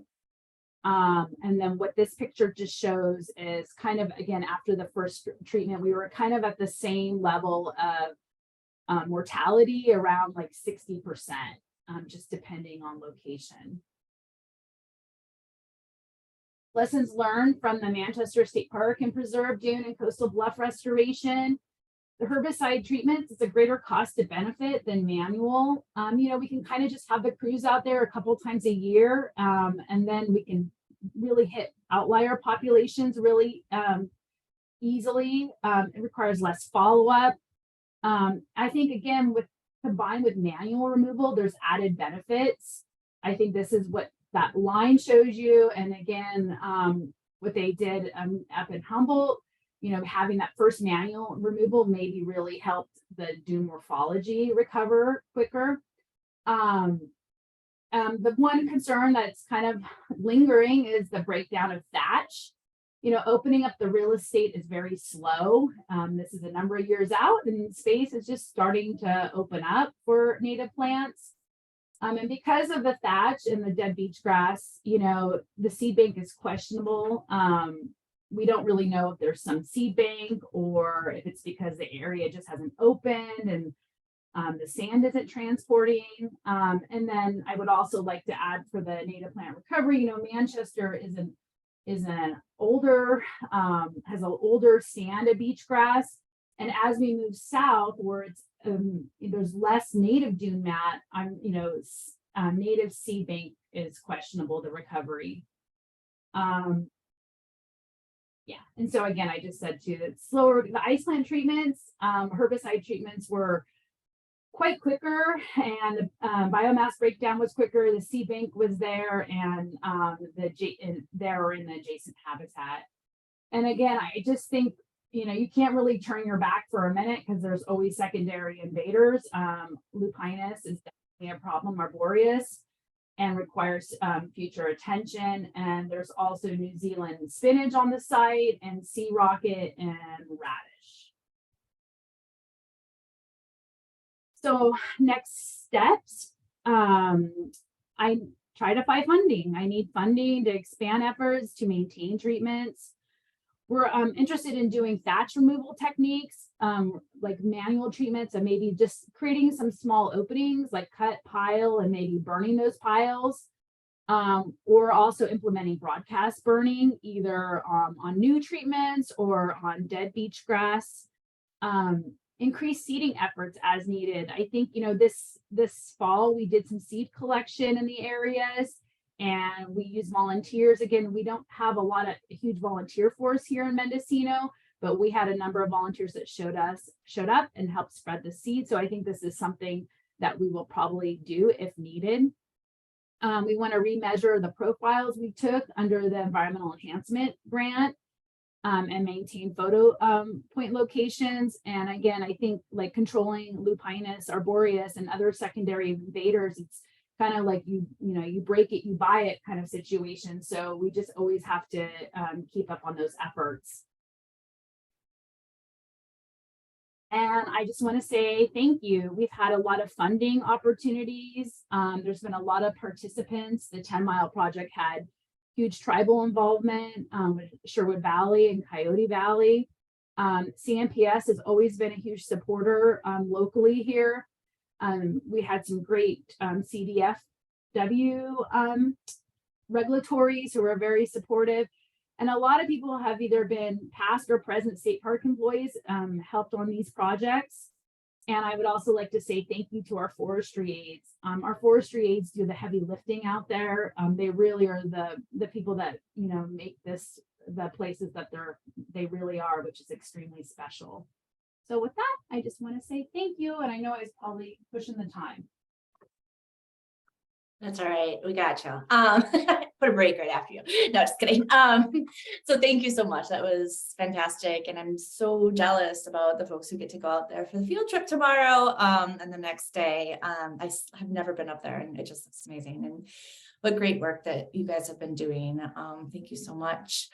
So we do have a break scheduled, but are there any questions for Tara before we get to that? I hadn't seen any in the chat. So either people really want to get up and moving or you did a really good job of explaining it.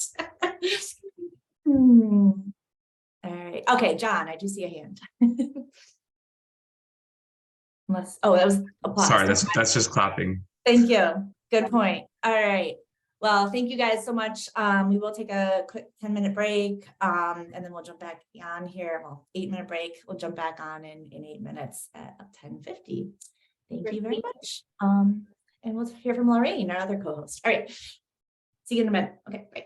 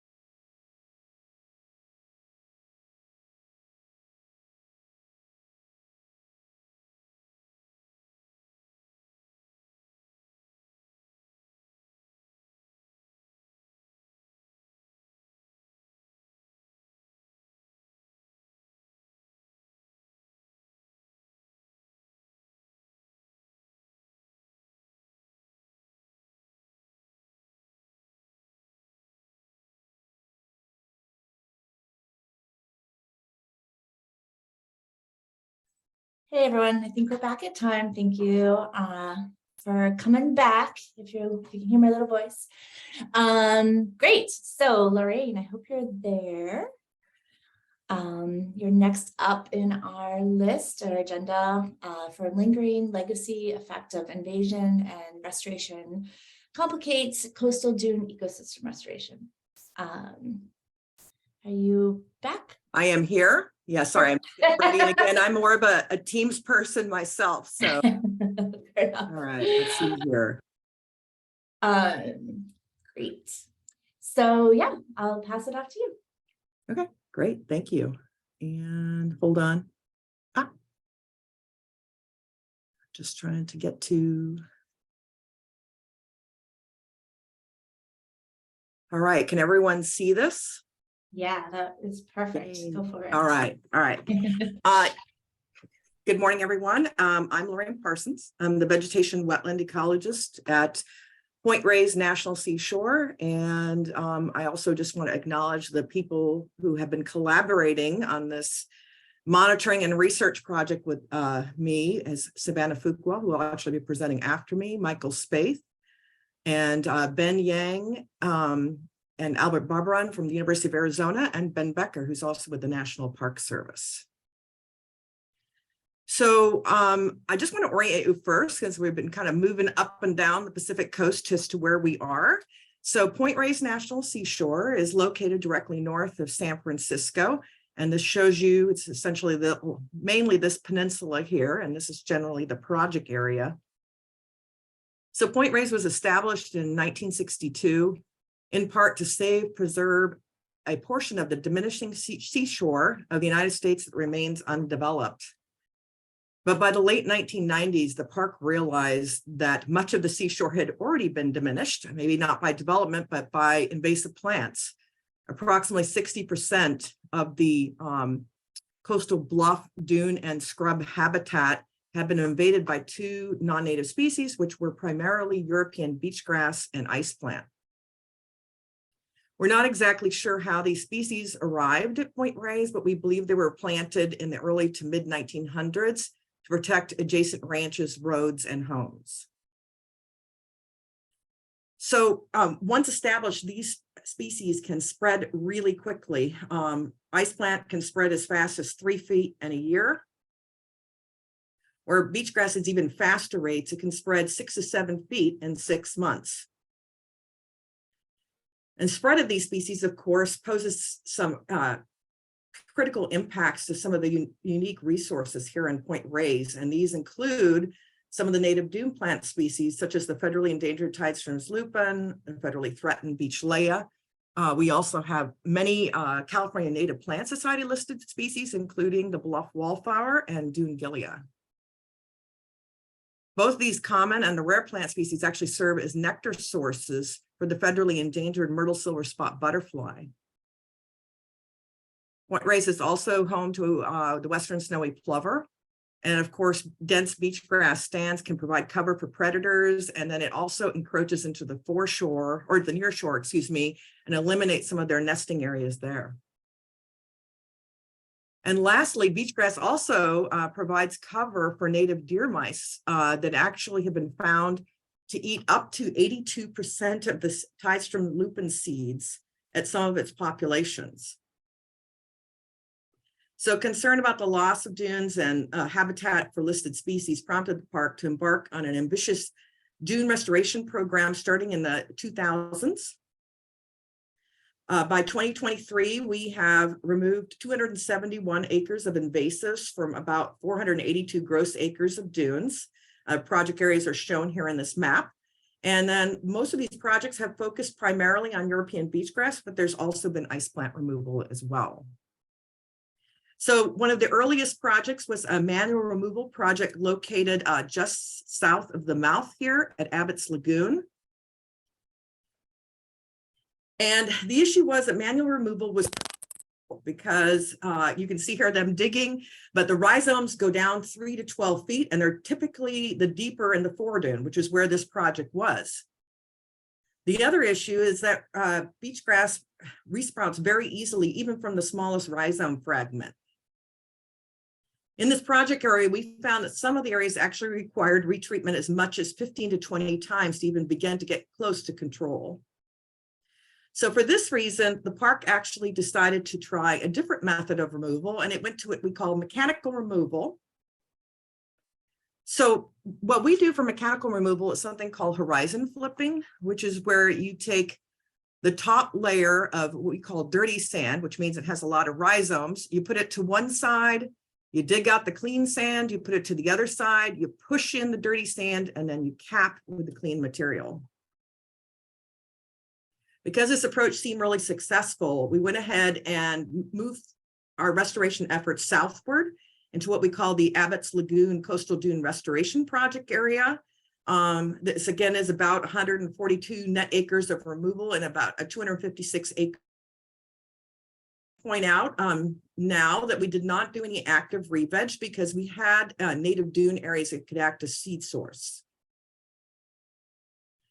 So actually, I'm going to back up for 1 second. I'm going to point out here that actually these peach areas, that was the only term I could come up for this color, they actually represent where we ended up doing mechanical removal. So the red is the overall project area.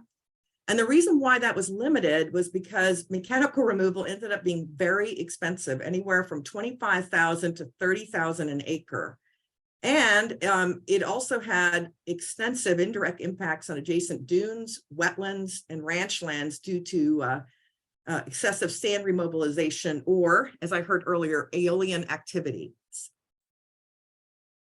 So what we ended up doing was we turned to chemical control because it was more cost effective, and it did appear to have fewer indirect impacts due to sand remobilization.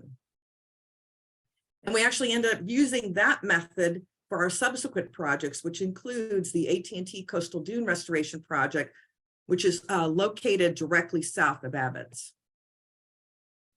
To determine project success, we developed a pre and post restoration monitoring program. This included a number of variables. Today, I'm mainly going to focus on the dune vegetation cover. So what were the results of mechanical? Well, the only way I can describe it is perhaps as an ecosystem reboot. We kind of went from areas that had lots of European beach grass before to seemingly overnight areas with no beach grass whatsoever. But as you notice, there's also no native plants, and we have a lot of what appears to be open, barren sand. Now, interestingly, one of the first colonizers in the first few years, again, cover remained pretty low the first few years, but one of the first colonizers was the federally endangered Tidestrom's lupin, and that was closely followed by beach leia. And now in these areas, the plants probably number in the hundreds of thousands of plants. Perhaps not as quickly as Tidestrom's lupin, we did also end up with some secondary invaders, which included European sea rocket. The boom in this plant appeared to coincide. We had a drought period, and then we had a lot of rain around 2016-17, and this plant just took off. It exploded. And in fact, it got so dense, this picture does not give an indication of that, it got so dense it was actually smothering the Tidestrom's lupin. And I want to point out that what we've noticed is that secondary invaders are present everywhere, not just in the mechanical areas, but that the suite of secondary invaders does appear to differ depending on what restoration area you're looking at. So for the mechanical removal areas, it was mainly European sea rocket, New Zealand spinach, ice plant, and European black nightshade.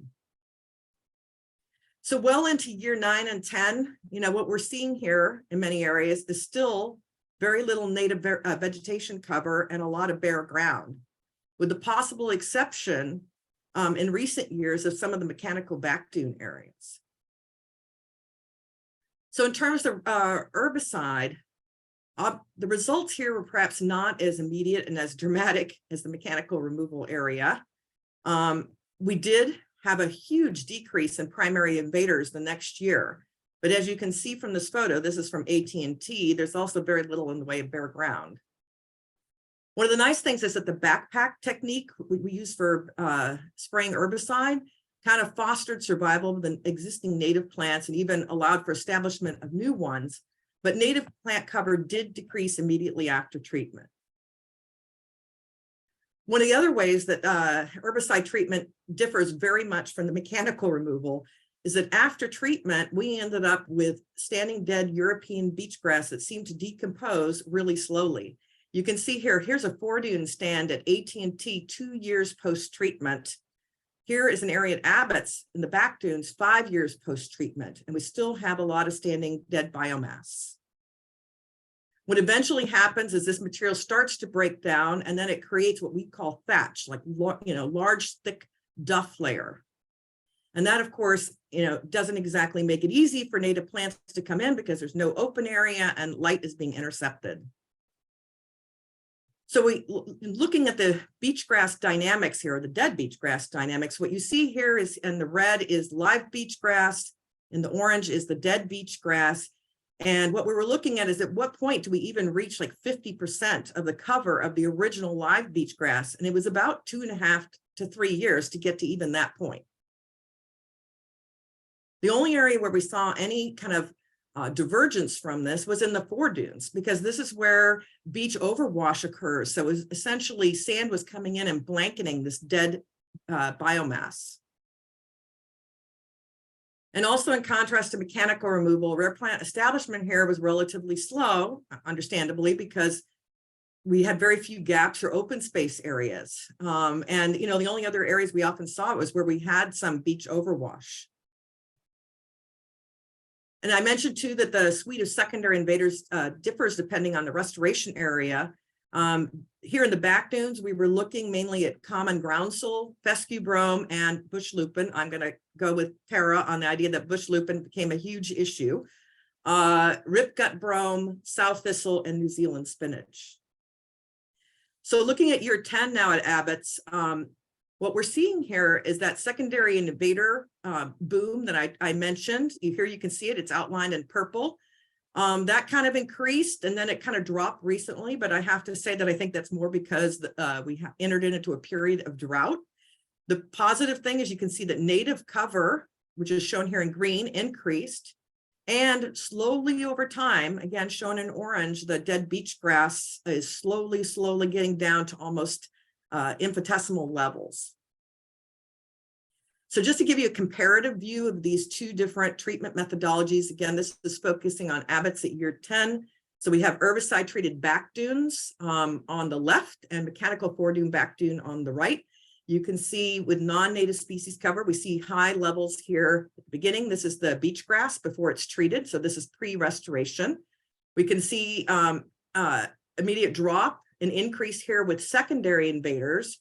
And then a drop again. And then here it shows that the secondary invaders, the non-natives, weren't very prevalent in the mechanical 4-dune, but as I pointed out, we did have a big boom in European sea rocket. And I should add, by the way, just to give you some idea, we have spent probably about 4,000 control hours on that sea rocket issue. The native species cover and the herbicide treated back dunes has slowly increased over time, whereas you're not seeing that same trend in the mechanical area. And of course, as I mentioned, in herbicide treated areas, we had this issue of the standing dead beach grass, which we didn't have in the mechanical removal. And then lastly, bare ground cover, you can see has remained very minimal in the herbicide treated areas and has remained very high in the mechanical. So we also use a multivariate statistical method called non-metric multidimensional scaling to look at species assemblages. And I just want to show you briefly here the dune mat, and that's the native dune mat community shown here in peach, I guess you would call it, or red. And what you can see is that the mechanical areas in purple are now finally beginning to show some overlap with the native dune mat. And so is the herbicide treated 4 dunes. The herbicide treated back dunes, of course, are a little distinct from this.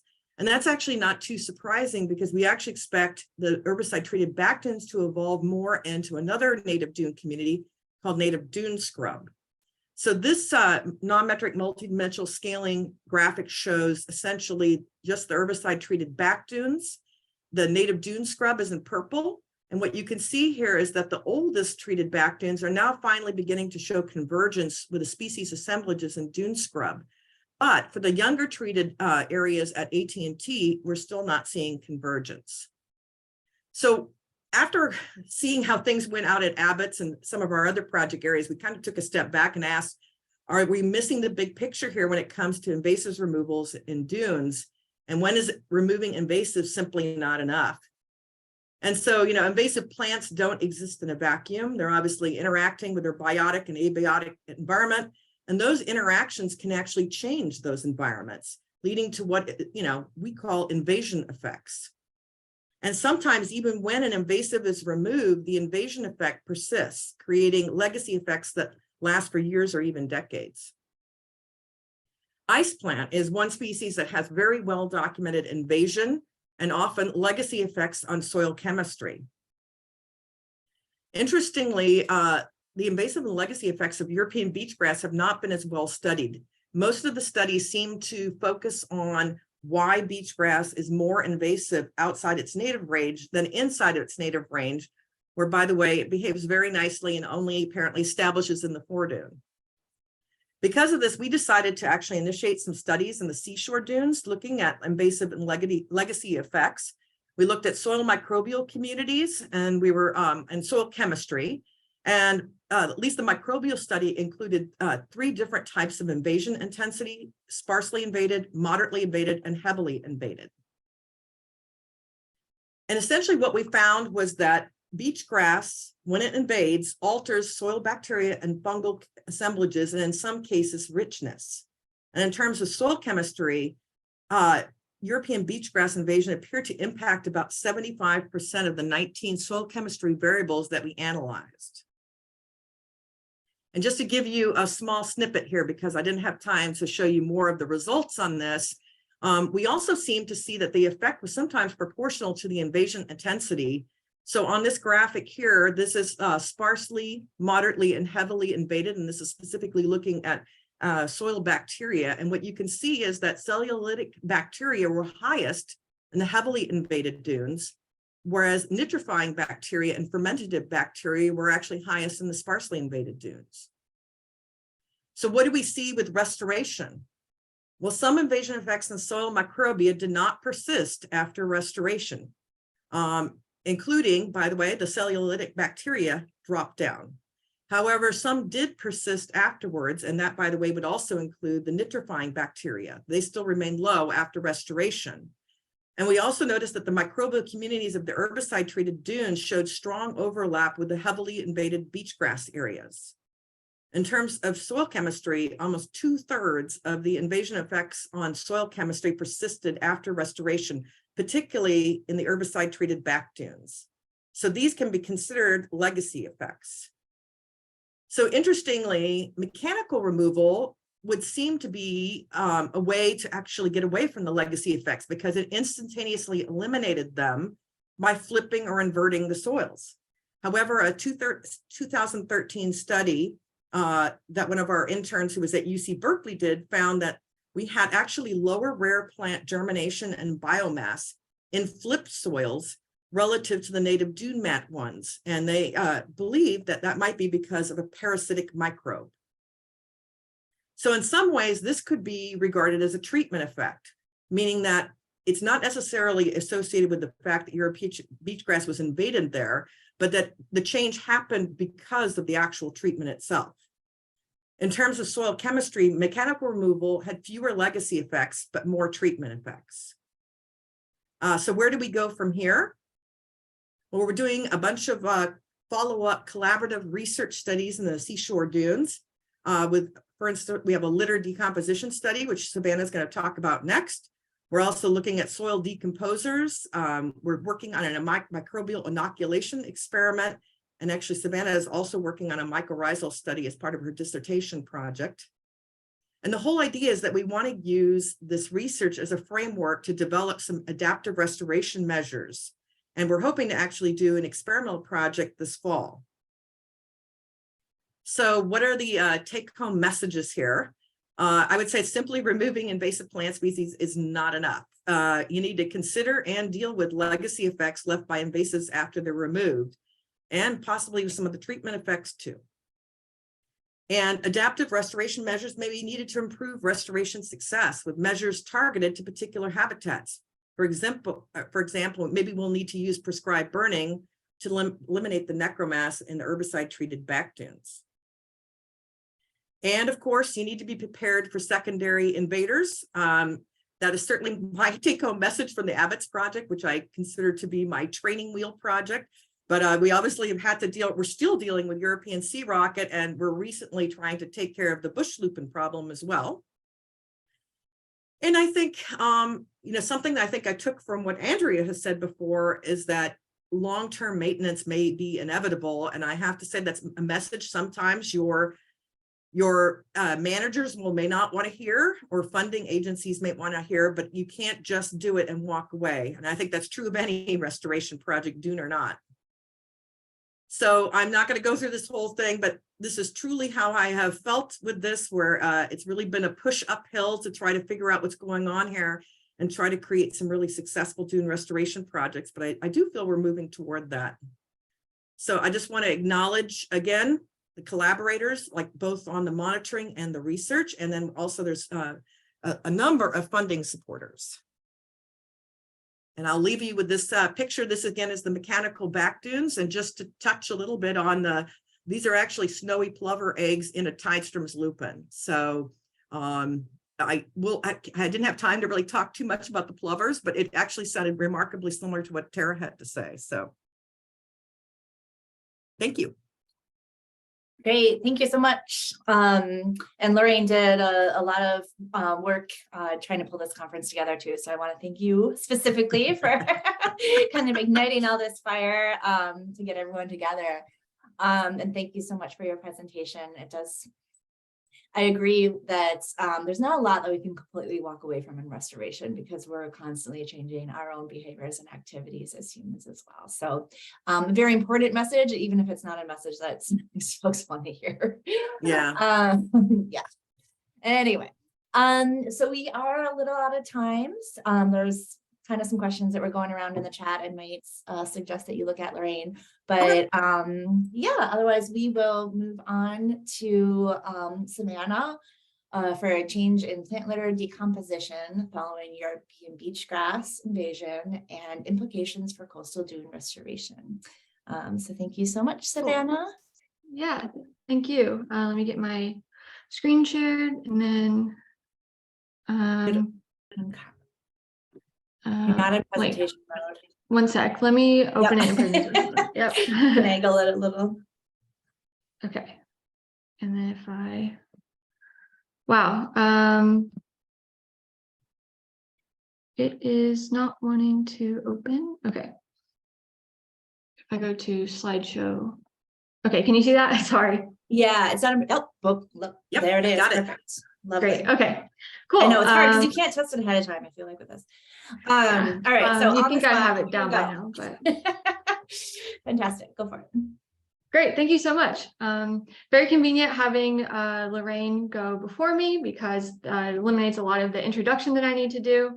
So I will just say, to reiterate, European beachgrass, or Ammophila arenaria, is one of the most problematic invaders at Point Reyes National Seashore, where I was an intern before starting my current PhD program at University of Arizona.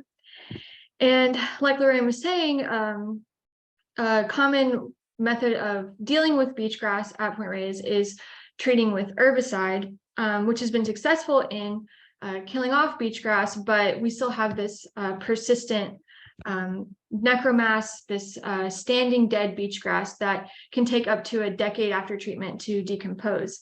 And this thatch layer is really problematic for the restoration of these habitats and continues to suppress native plant recruitment and delay the recovery of this ecosystem.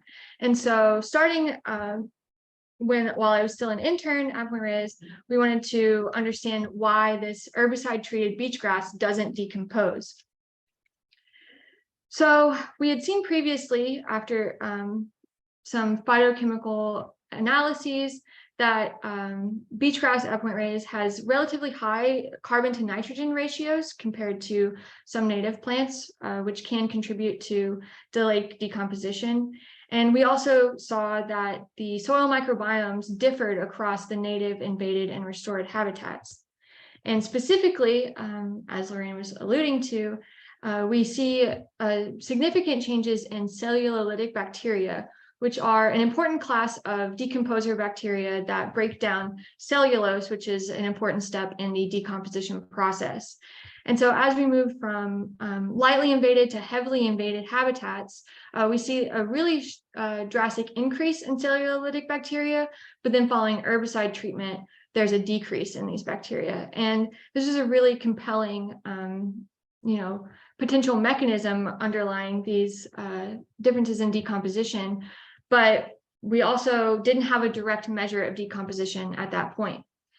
And so first, what we wanted to know was how do the rates of decomposition of beachgrass vary across habitats at Point Reyes?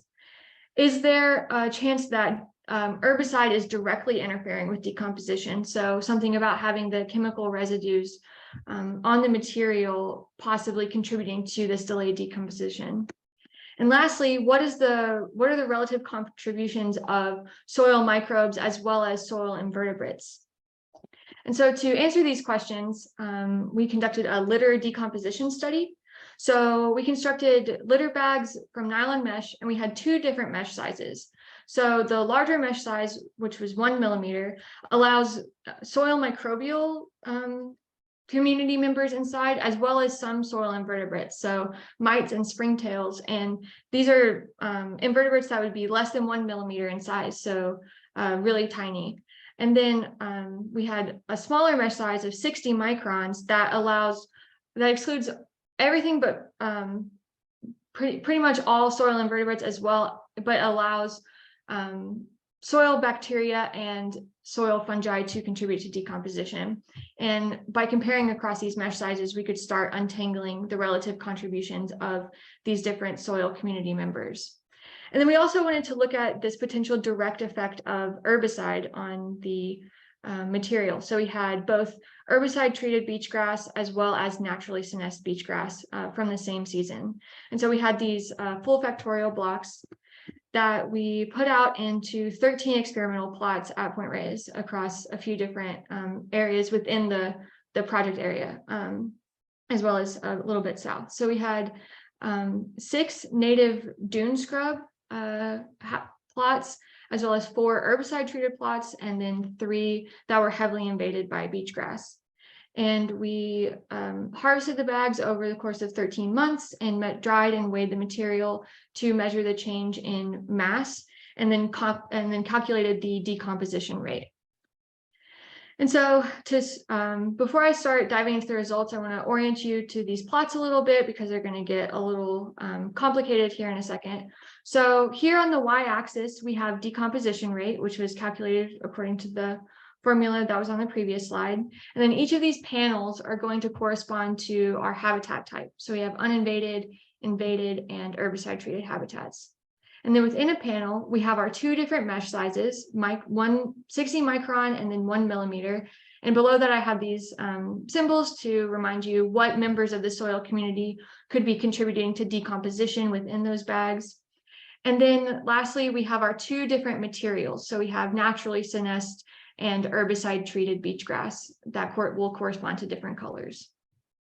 So our results on the short term, so in the first 3 months of the experiment, focusing first just on the 60 micron bags, so decomposition dominated by the soil microbial communities, we see that in invaded and herbicide treated habitats, the herbicide treated beachgrass actually had lower rates of decomposition compared to naturally senesced beachgrass. So these microbes were potentially responding negatively in these habitats to the herbicide on the material.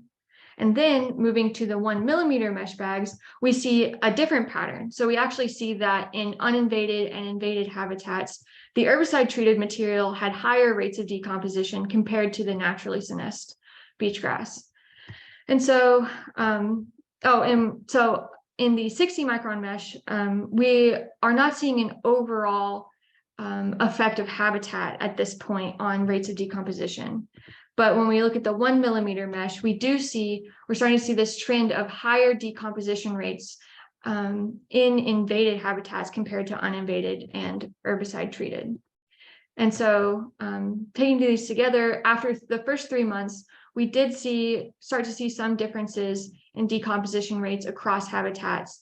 And these soil microbial and soil invertebrate communities are potentially responding differently to herbicide treatment. And that effect is really prevalent in this invaded habitat, where we actually see complete opposite patterns between the 60 micron and 1 millimeter mesh.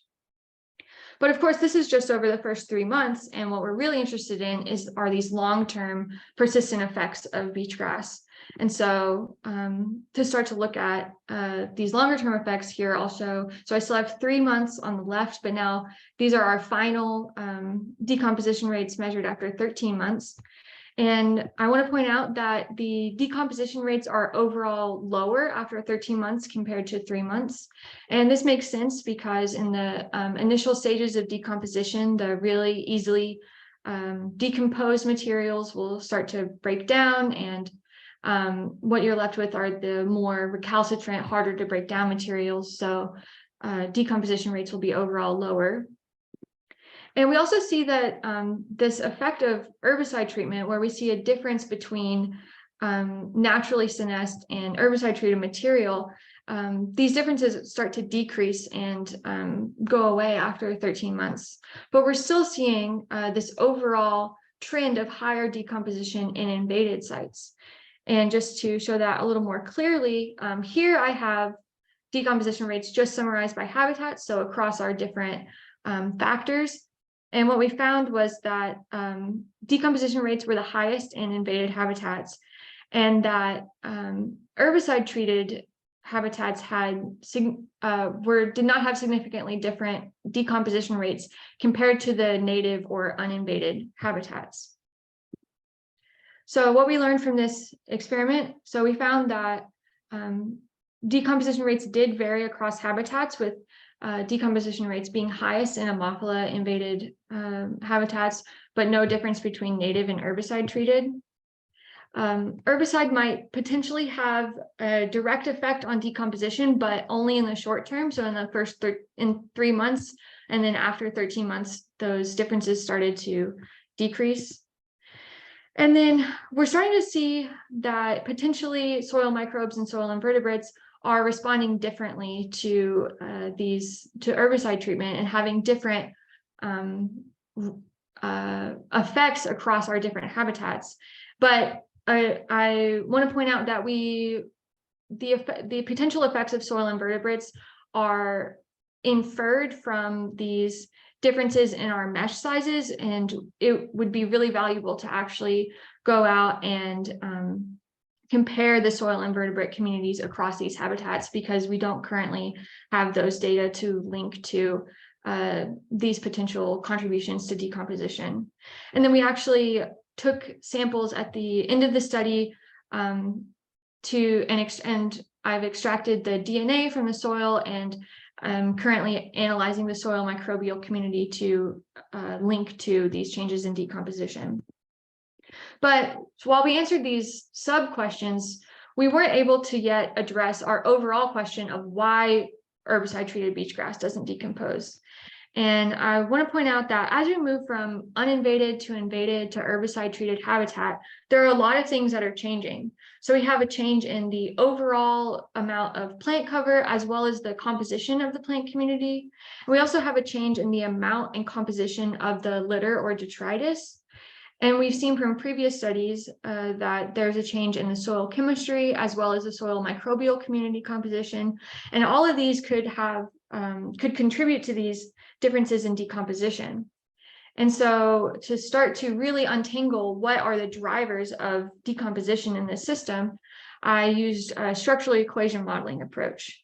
And so I had data on plant cover and litter or detritus, as well as soil chemistry and soil microbial community across these different habitats. And then we also, Ben Yang, our collaborator, measured extracellular enzyme activities as a proxy for decomposition. So these are enzymes that contribute to the breakdown of plant material. And so with the structural equation model, I had this complicated hypothesized relationship between all these variables. But essentially with this modeling approach, we're able to test whether each of these arrows, each of these links between our variables are significant drivers. And so we can test whether plant cover affects soil chemistry. And in the end, what we were hoping to, the question that we were trying to answer was, what affects the soil microbial community? So what is driving these changes in soil microbes, as well as whether these changes in soil microbes affect enzyme activities or decomposition, to really get at what is driving this delayed beachgrass decomposition. And so this was the initial model that I started with. And so here I'll be showing the results of this modeling approach. And so the black arrows that have asterisks are what the model pulled out as significant links between these variables. And then these grayed out ones were not actually significant drivers. So looking at first just the soil microbial community, we found that as we move across habitats, we have a change in both the plant cover as well as the litter or detritus. And it's really this change in litter inputs that's driving the change in the soil microbial community. But does this change in soil microbes lead to a change in the decomposition? We actually did not find a direct link between the soil microbes and decomposition as we expected. Instead, soil microbes are affecting enzyme activities via changes in the soil chemistry. And the soil chemistry is really what's driving changes in decomposition. But what was interesting is, in addition to changes in the soil microbial community, we also found an overall effect of habitat affecting soil chemistry, which could be, is likely a variable that we didn't measure in this study. So it could be something like microclimate. But overall, it was this soil chemistry that was really underlying these differences in decomposition. And so in conclusion, we found that beachgrass invasion increased decomposition rates, and that herbicide treatment reduced these elevated decomposition rates back to pre-invasion levels. So herbicide treated habitats did not have different decomposition rates than native habitats. And with our litter bag study, we were able to determine that this was not a direct effect of herbicide. Rather, these changes in decomposition are driven by differences in soil chemistry. And so these chemical legacy effects that Lorraine was talking about are actually also contributing potentially to this physical legacy effect of beachgrass, dead beachgrass persisting on the landscape. And lastly, so I alluded to these soil invertebrates potentially playing an important role. So really digging into those community members could be really important. And also I wanted to point out that these studies were really focused on the biological and chemical components of decomposition, but we all know that dunes are a really dynamic system, and the physical processes also play a huge role. And this is, we can see this pretty clearly in the fact that, like Lorraine was talking about, in the foredunes, we're not seeing this issue of delayed decomposition. This is really a problem in the back dunes that have less of the sand movement. And so looking into the physical drivers of decomposition would be really valuable. And with that, I would like to thank my funding sources, as well as my co-authors, and as well as the people who organized this meeting, because it's been great. So thank you so much. Thank you so much. And with that, I'll take any questions. Yes. There's a couple in the chat, or at least one in the chat. We'll start with Morgan, who raised his hand. Yeah, that's super interesting. We kind of seen that kind of stable beach grass treatment area just kind of linger there for years. I was wondering more specifically about your soil chemistry. Were you noticing that it was tied to nitrogen? Because, you know, common in gardening is when you have uncooked compost added to the garden, it basically just robs the soil of nitrogen and kind of just kills it just stabilizes everything. Yeah, so the soil soil chemical variables that we were looking at included things like organic matter and pH, as well as nitrogen and cation exchange capacity, a lot of things. And with this modeling, I was able to dig into some more specific drivers and see what would be the most important. And it seems like, at least for looking at extracellular enzyme activity, it was most driven by differences in the organic matter in the soil. Which, and the ratio between organic matter and nitrogen, or carbon and nitrogen in the soil, is in general is important for decomposition in these enzyme activities. So I actually am not sure if I looked at the specific ratios, but that could be something that I will look at going forward. Yeah, that would be really interesting to hear. Thank you. Thanks. All right, John, do you have a question? Yeah, thanks so much, Savannah. That's awesome. I'm curious, is this this is all super relevant to the research that I'm doing, and I'm curious, is this published anywhere that I can find it? Is it out yet, I guess? So I'm currently working on the soil microbial community analyses. And so that's kind of the last piece of the puzzle for the litter bag study. And so the projects that I presented, the litter bag study and then the structural equation model, are kind of two different manuscripts that are currently in prep. And so the structural equation model is hopefully going to be submitted soon. That one's in the kind of final stages of prep, whereas I still have a few more analyses to do on the litter bag study. But I'm happy to chat anytime. I can send you my email, and so we can talk about the study if you want. Yeah, that'd be great. Thanks so much. Great talk. Thanks. Great. I'm going to read one question from Peter Warner for you. Do you know of any potential native pathogenic fungi as a biocontrol approach or inoculation towards reducing beach grass cover? There's been some work that's shown that part of what is allowing beach grass to be so invasive in its introduced range is potentially this release from pathogens, because in its native range, it is kind of it's naturally replaced by later successional species due to this accumulation of pathogens. But I don't know of any specific native pathogenic fungi that could currently be used. But actually in my dissertation, I'm looking at the relationship between, or the interactions between beach grass and symbiotic fungi, so mutualistic arbuscular mycorrhizal fungi.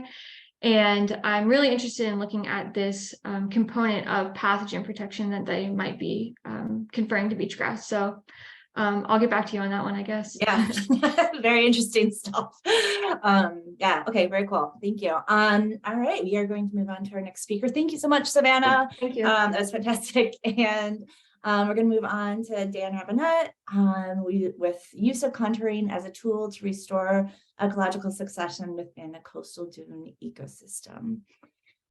Do I have you, Dan? Oh, look at that. Well, we see a spreadsheet currently. You pull up my, share my whole screen. Oops. Great. Let me get to the beginning. Okay. Awesome. Thanks. Yeah, I'm Dan Robinette. I'm with Point Blue Conservation Science. I do want to acknowledge my co-authors here, also all from Point Blue, Jamie Miller, who I believe is on with us today, Emily Rice, Julie Hauer, and Angela Fortuna and Lynn Hargett. We're all biologists with Point Blue Conservation Science, and we monitor birds like the Western snowy plover you see here, and also the California least tern that breed in these habitats that we're talking about today.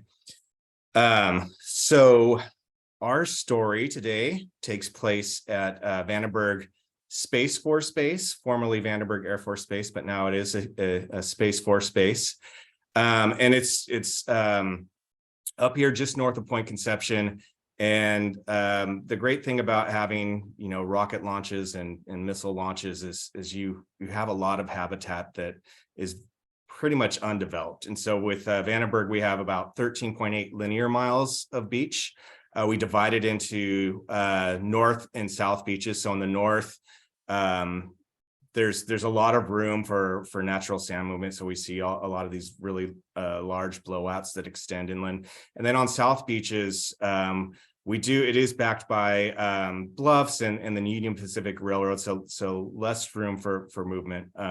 But we're going to focus today on south beaches with some restoration that's happening down there. But before we do that, I wanted to start with this interesting paper that our partners at Mantech stumbled upon. So this is a paper in an engineering journal, so the Journal of Soil Mechanics and Foundations from 1964, and the title is Stabilization of Sand Dunes at Vandenberg Air Force Base.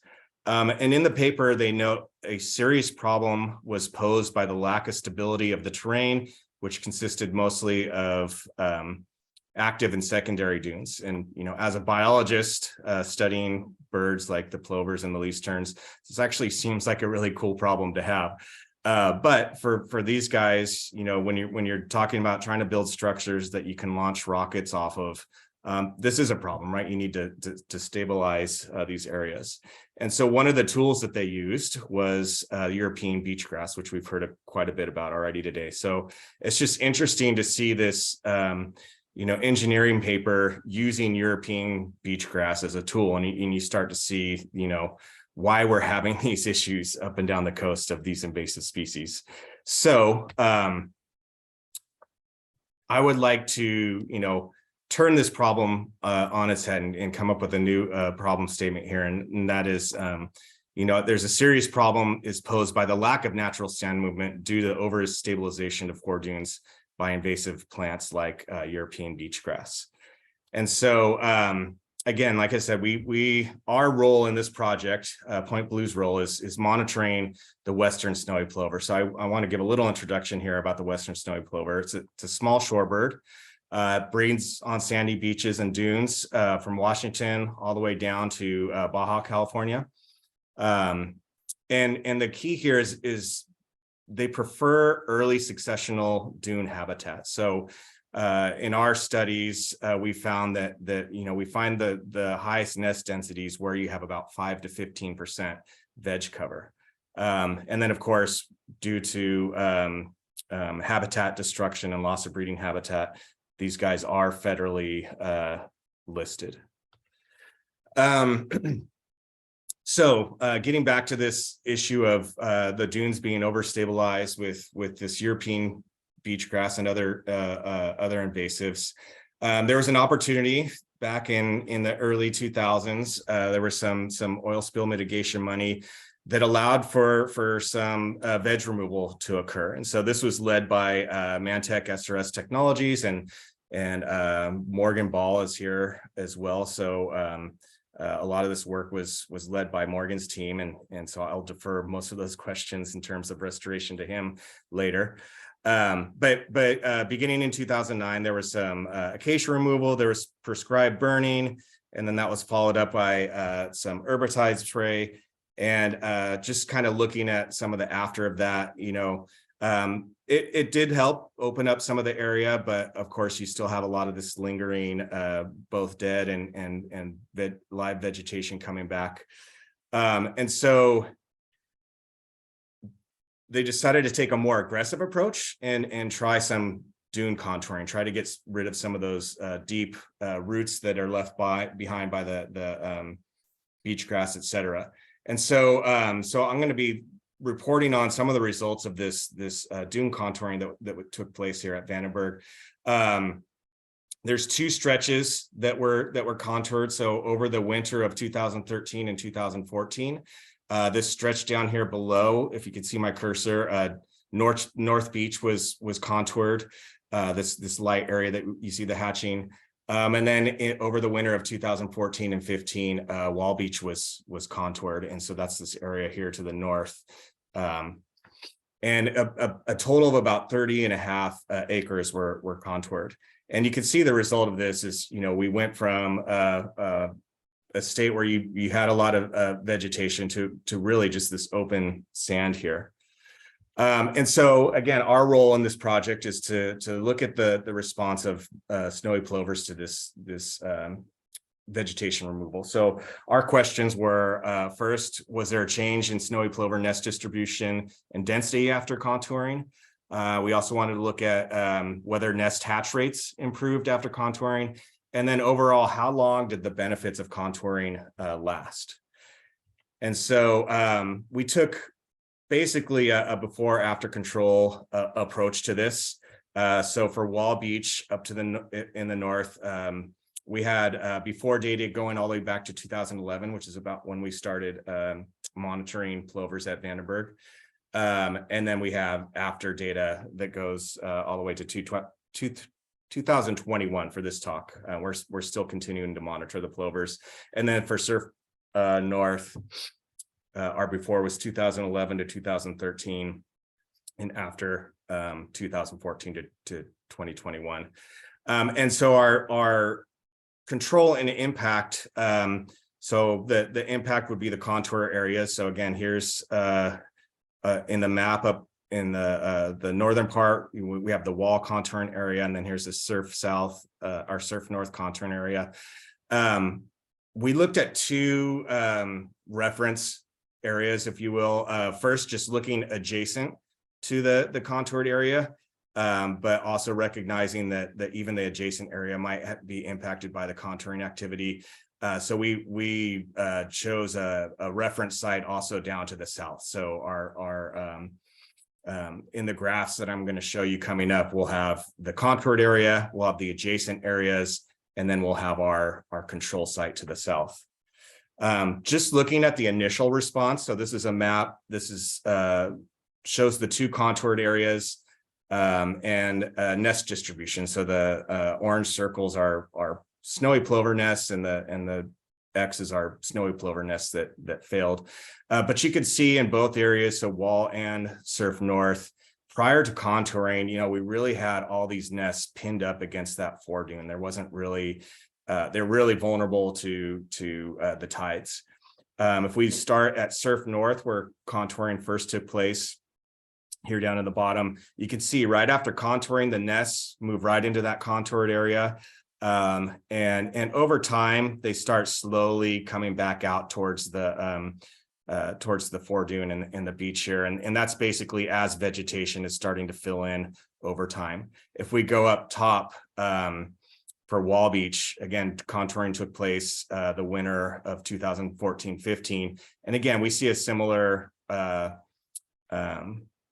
story here where nests moved in right away, but they actually quickly come back out, except for this in 2019, we had kind of a boom in nesting. But for the most part, starting in 2017, 2018, we already see a return to that same distribution that we saw before contouring.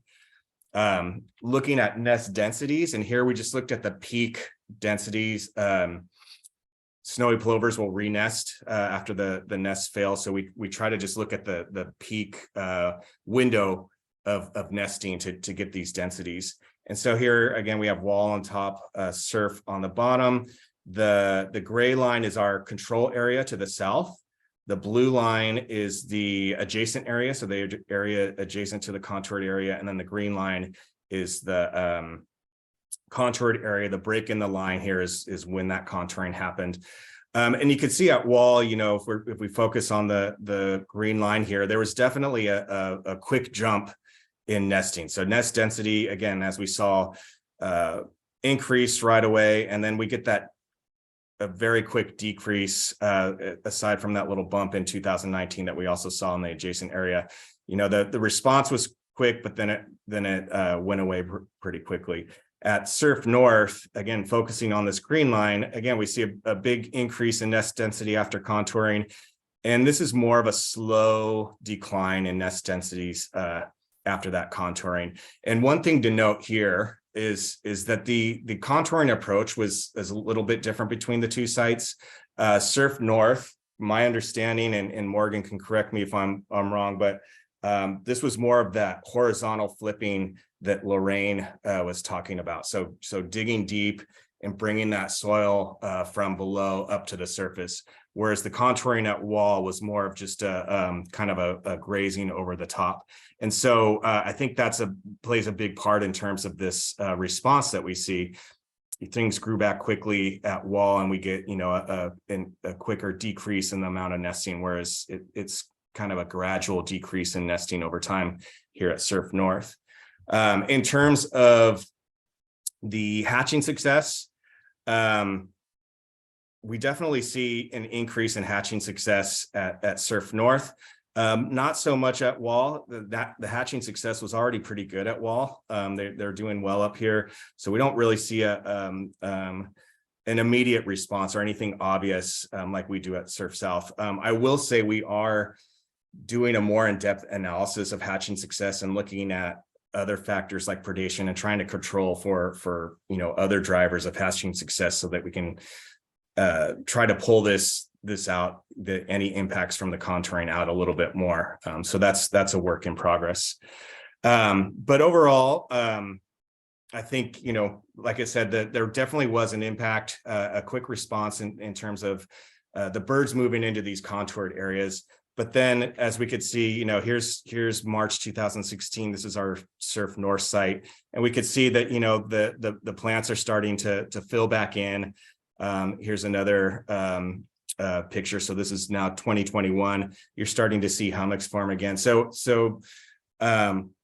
you know, it is the obviously, as we all know, the plants will move back in, and we lose that early successional state that plovers like to breeding, obviously. So our next steps with this are to kind of take it beyond plovers and see if we can maybe restore some function to this ecosystem. And so we have a couple of new questions. How do we increase resilience and decrease reliance on human intervention? So can we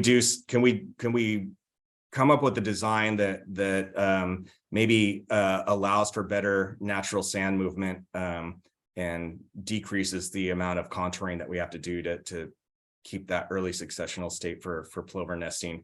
And then in so doing, you know, can we maximize the ecosystem benefits and ecosystem services that we get from these efforts?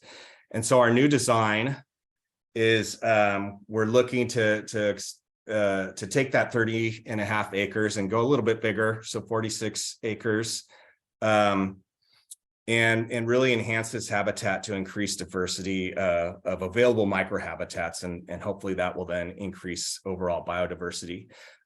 We want to try to create a mosaic of ecological states, so not just early successional states for plovers, but again, try to increase the overall biodiversity in the system, and then try to restore that natural sand movement so that hopefully some of these earlier successional states will be maintained.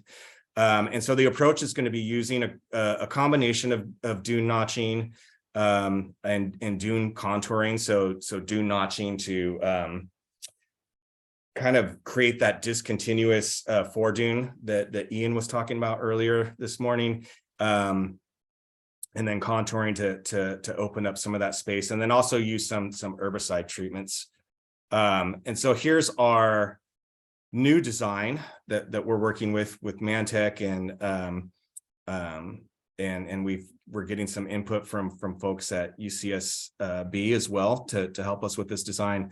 So we're taking a randomized block approach, and so you can see here on the right, this is Wall Beach, and so we've come up with these treatment sites, and basically we have 3 treatments and 1 control. So overall, four different sites that we'll have within each of these blocks, and then we randomly assign what's going to happen in here. So the yellow is basically control, so no treatment. 2 is, or I'm sorry, the gray is the control. The yellow is just herbicide treatment, so no contouring. Orange would be contouring followed by herbicide, and then this really dark orange, almost red, is just contouring and no herbicide treatment. For Surf North, we're taking that same approach. One problem, and if you've been following the chat, Morgan's has brought this up. We do have this site is actually right up against the railroad. So we do, if have this issue, if we restore natural sand movement, we have to figure out how we're going to keep that sand from building up on the railroad. So this is a something that we're still trying to figure out how to deal with this. But overall, we're trying to take a more of an ecosystem-based approach, extend beyond just plovers.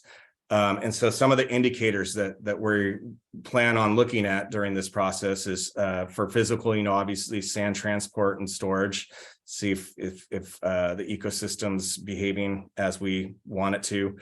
For biological indicators, we're looking at veg cover now, especially native versus non-native. We want to look at invertebrates, and so Mantech is coming up with some a study designed to help us look at to see if there's any change in the invertebrate community in this new experimental design.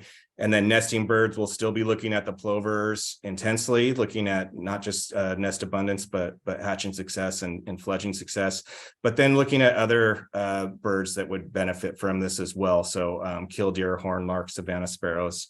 We're going to add that into our monitoring. And then overall, we're hoping, like I said, to increase diversity of successional states, diversity of the flora and fauna, and then just ecosystem services, including flood protection and habitat for rare species. And just to look, we have started some of the veg surveys already. So we're taking a transect approach. So each one of our treatment sites is we're randomly placing 3 transects for veg surveys. And so here's Dave Hubbard from UCSB, who graciously came and volunteered to help us come up with this study design. And so basically we're using our GPS units to help us stay on these lines, and we're just rolling a measuring wheel and getting cover of all the different species of vegetation that we see. And actually this is while we were out there, we're also playing around with looking at small mammal burrows to get a sense of, are we going to see a change in the small mammal community as well? So with that, I just want to say thanks to everybody who's involved, Vandenberg Space Force Space staff that have funded this and are providing logistical support for us. So Samantha Kaisersat, Reese Evans, and Daryl York, our partners with Mantech, Morgan and Alice Abella, who's helping us come up with some methods for looking at the invertebrate community. And then Dave Hubbard and Karina Johnston and Jenny Dugan have been helping us come up with this new experimental approach and really helping us understand the dune ecosystem and understanding what should we be looking at beyond just, the plover response. And with that, I'm not sure if I have time for questions, but I'm happy to answer any questions if we have time. I'm not seeing anything that's no one like waving their hands like this or anything. So we're gonna get because we are at time. But yeah, obviously if you have questions for Dan, just throw them in the chat. Thank you so much, Dan. Very interesting, and good luck with the next experiment. It'll be really interesting to see what that block design points to. All right, fantastic. So next we have Janice Coates. I always say your name wrong, I'm so sorry. Talking with the Dune Center in Guadalupe, talking about the education to conservation pipeline. And I just want to highlight the fact that I really think this is an important topic.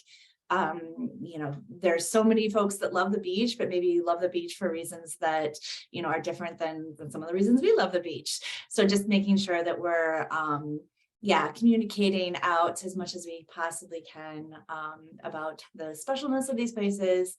So she's here to talk about the program they have up in Guadalupe.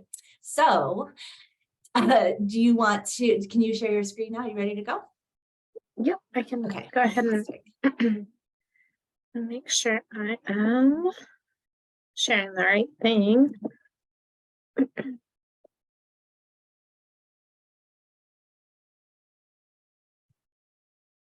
All right. Cool. So can everybody see my screen? Yes, it just popped up. Perfect. You're ready to go. Go for it. Awesome. All right. So like Christina let you know, my name is Janice. I am the Director of Education at the Dune Center. And I have been super excited to hear all of this information from all of the speakers today. And so I'm going to take us on a little bit of a detour, but I think this is really important information that helps, you know, the base of what we do. So a little bit about the Dune Center. We are located in Guadalupe. Our mission is to inspire a curiosity and passion for Central Coast art, history, and science to promote conservation and a more vibrant future for the world around us. That is the reason behind everything that we do. And because of that, we really focus on education and what education can do for us and for our ecosystem in the future. So a little bit about science education.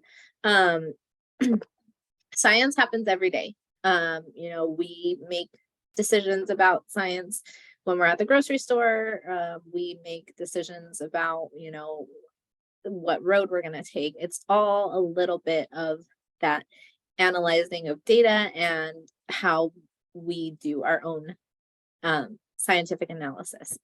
And so in schools, particularly here in California, we have the next generation science standards, which kind of dictate what is taught, but not necessarily how it's taught. And that kind of brings us to this real disconnect between what's being taught and how it's taught. And unfortunately, the ones who suffer because of that are students. Less than 1/3 of students in California and in Oregon met or exceeded the standard for science education. And that is a pretty alarming number. So if we take a little bit of a closer look at California's numbers, this is from the 2021-2022 school year. You can see that the met or exceeded the standard is 29%. But this biggest chunk here is standard nearly met. And so that tells us that we are almost there. We are so close. And of course, information like testing can have hidden variables like low confidence or test anxiety. And so we need to take all of this with a grain of salt. But this 54.25% is great, that they are so close, and it's just going to take a little bit of tweaking for students to get there. So the way that science is taught has a huge impact on students. We need to be teaching students in a way that helps them become problem solvers and critical thinkers. A problem-solving model is the most effective. It increases student confidence. It increases positive attitudes. It helps them view science in a way that makes them feel like they can do it. This isn't just some unachievable thing, you know, that they have to learn about. This is something that they get to learn about and they get to do in the classroom. Hands-on science is the best way to increase student achievement. It's not enough to lecture at students about science. It's important for them to be able to actually conduct experiments, analyze some data, make those connections themselves, and have their own confidence in their abilities absolutely just skyrocket because they are being able to do what is in front of them. And also higher achievement can mean higher goals. So once a student starts being able to achieve a better grade in their science class, once they start to feel more confident in their own abilities of what they can do in their classroom, they start to aspire to a higher goal. Whereas someone might think, oh, biology is really, really hard for me. I'm not even going to think about studying that in college. So a student who's now interested, who can think about the experiments that they've done, the activities that they've done, they know that they can achieve them, and they are wanting to do that in their higher education as well. So the reason for what the Dune Center does is that we want to increase student achievement and increase their positive attitude towards science education. So what does science education look like for students in Guadalupe, California? It is specifically reaching out to every 6th grade student in Guadalupe. The Dune Center does educational work in both Santa Barbara and San Luis Obispo counties here in California, but that is more of a very, very wide net that we cast to all schools and all school districts in the area. Teachers are able to reach out to us, and we come to their classroom and give them various different lessons. What we do for the students in Guadalupe is different. We are a very targeted program, and it reaches every 6th grade student. I'm literally doing the program today. And we teach science by problem solving. We do hands-on experiments, we do activities, we do these really cool, unique field trip experiences that for most of these students is their first time getting to do something like this. It's a 3-month intensive program. It is a relevant look at science. For these students, we strive to make that connection that, hey, this is where you live. These dunes, this ecosystem is literally in your backyard. All of this that we're teaching you, super relevant to your personal life, and that really helps them connect with it and meet those goals that we set for them. So we are seeing lots of increases in all the right places. This program has been happening since 2017, and every year that it happens, we see the data showing us that we're going in the right direction. We are seeing an increase of test scores, often by as much as like 32%. And we are seeing that they are increasing in their higher education aspirations.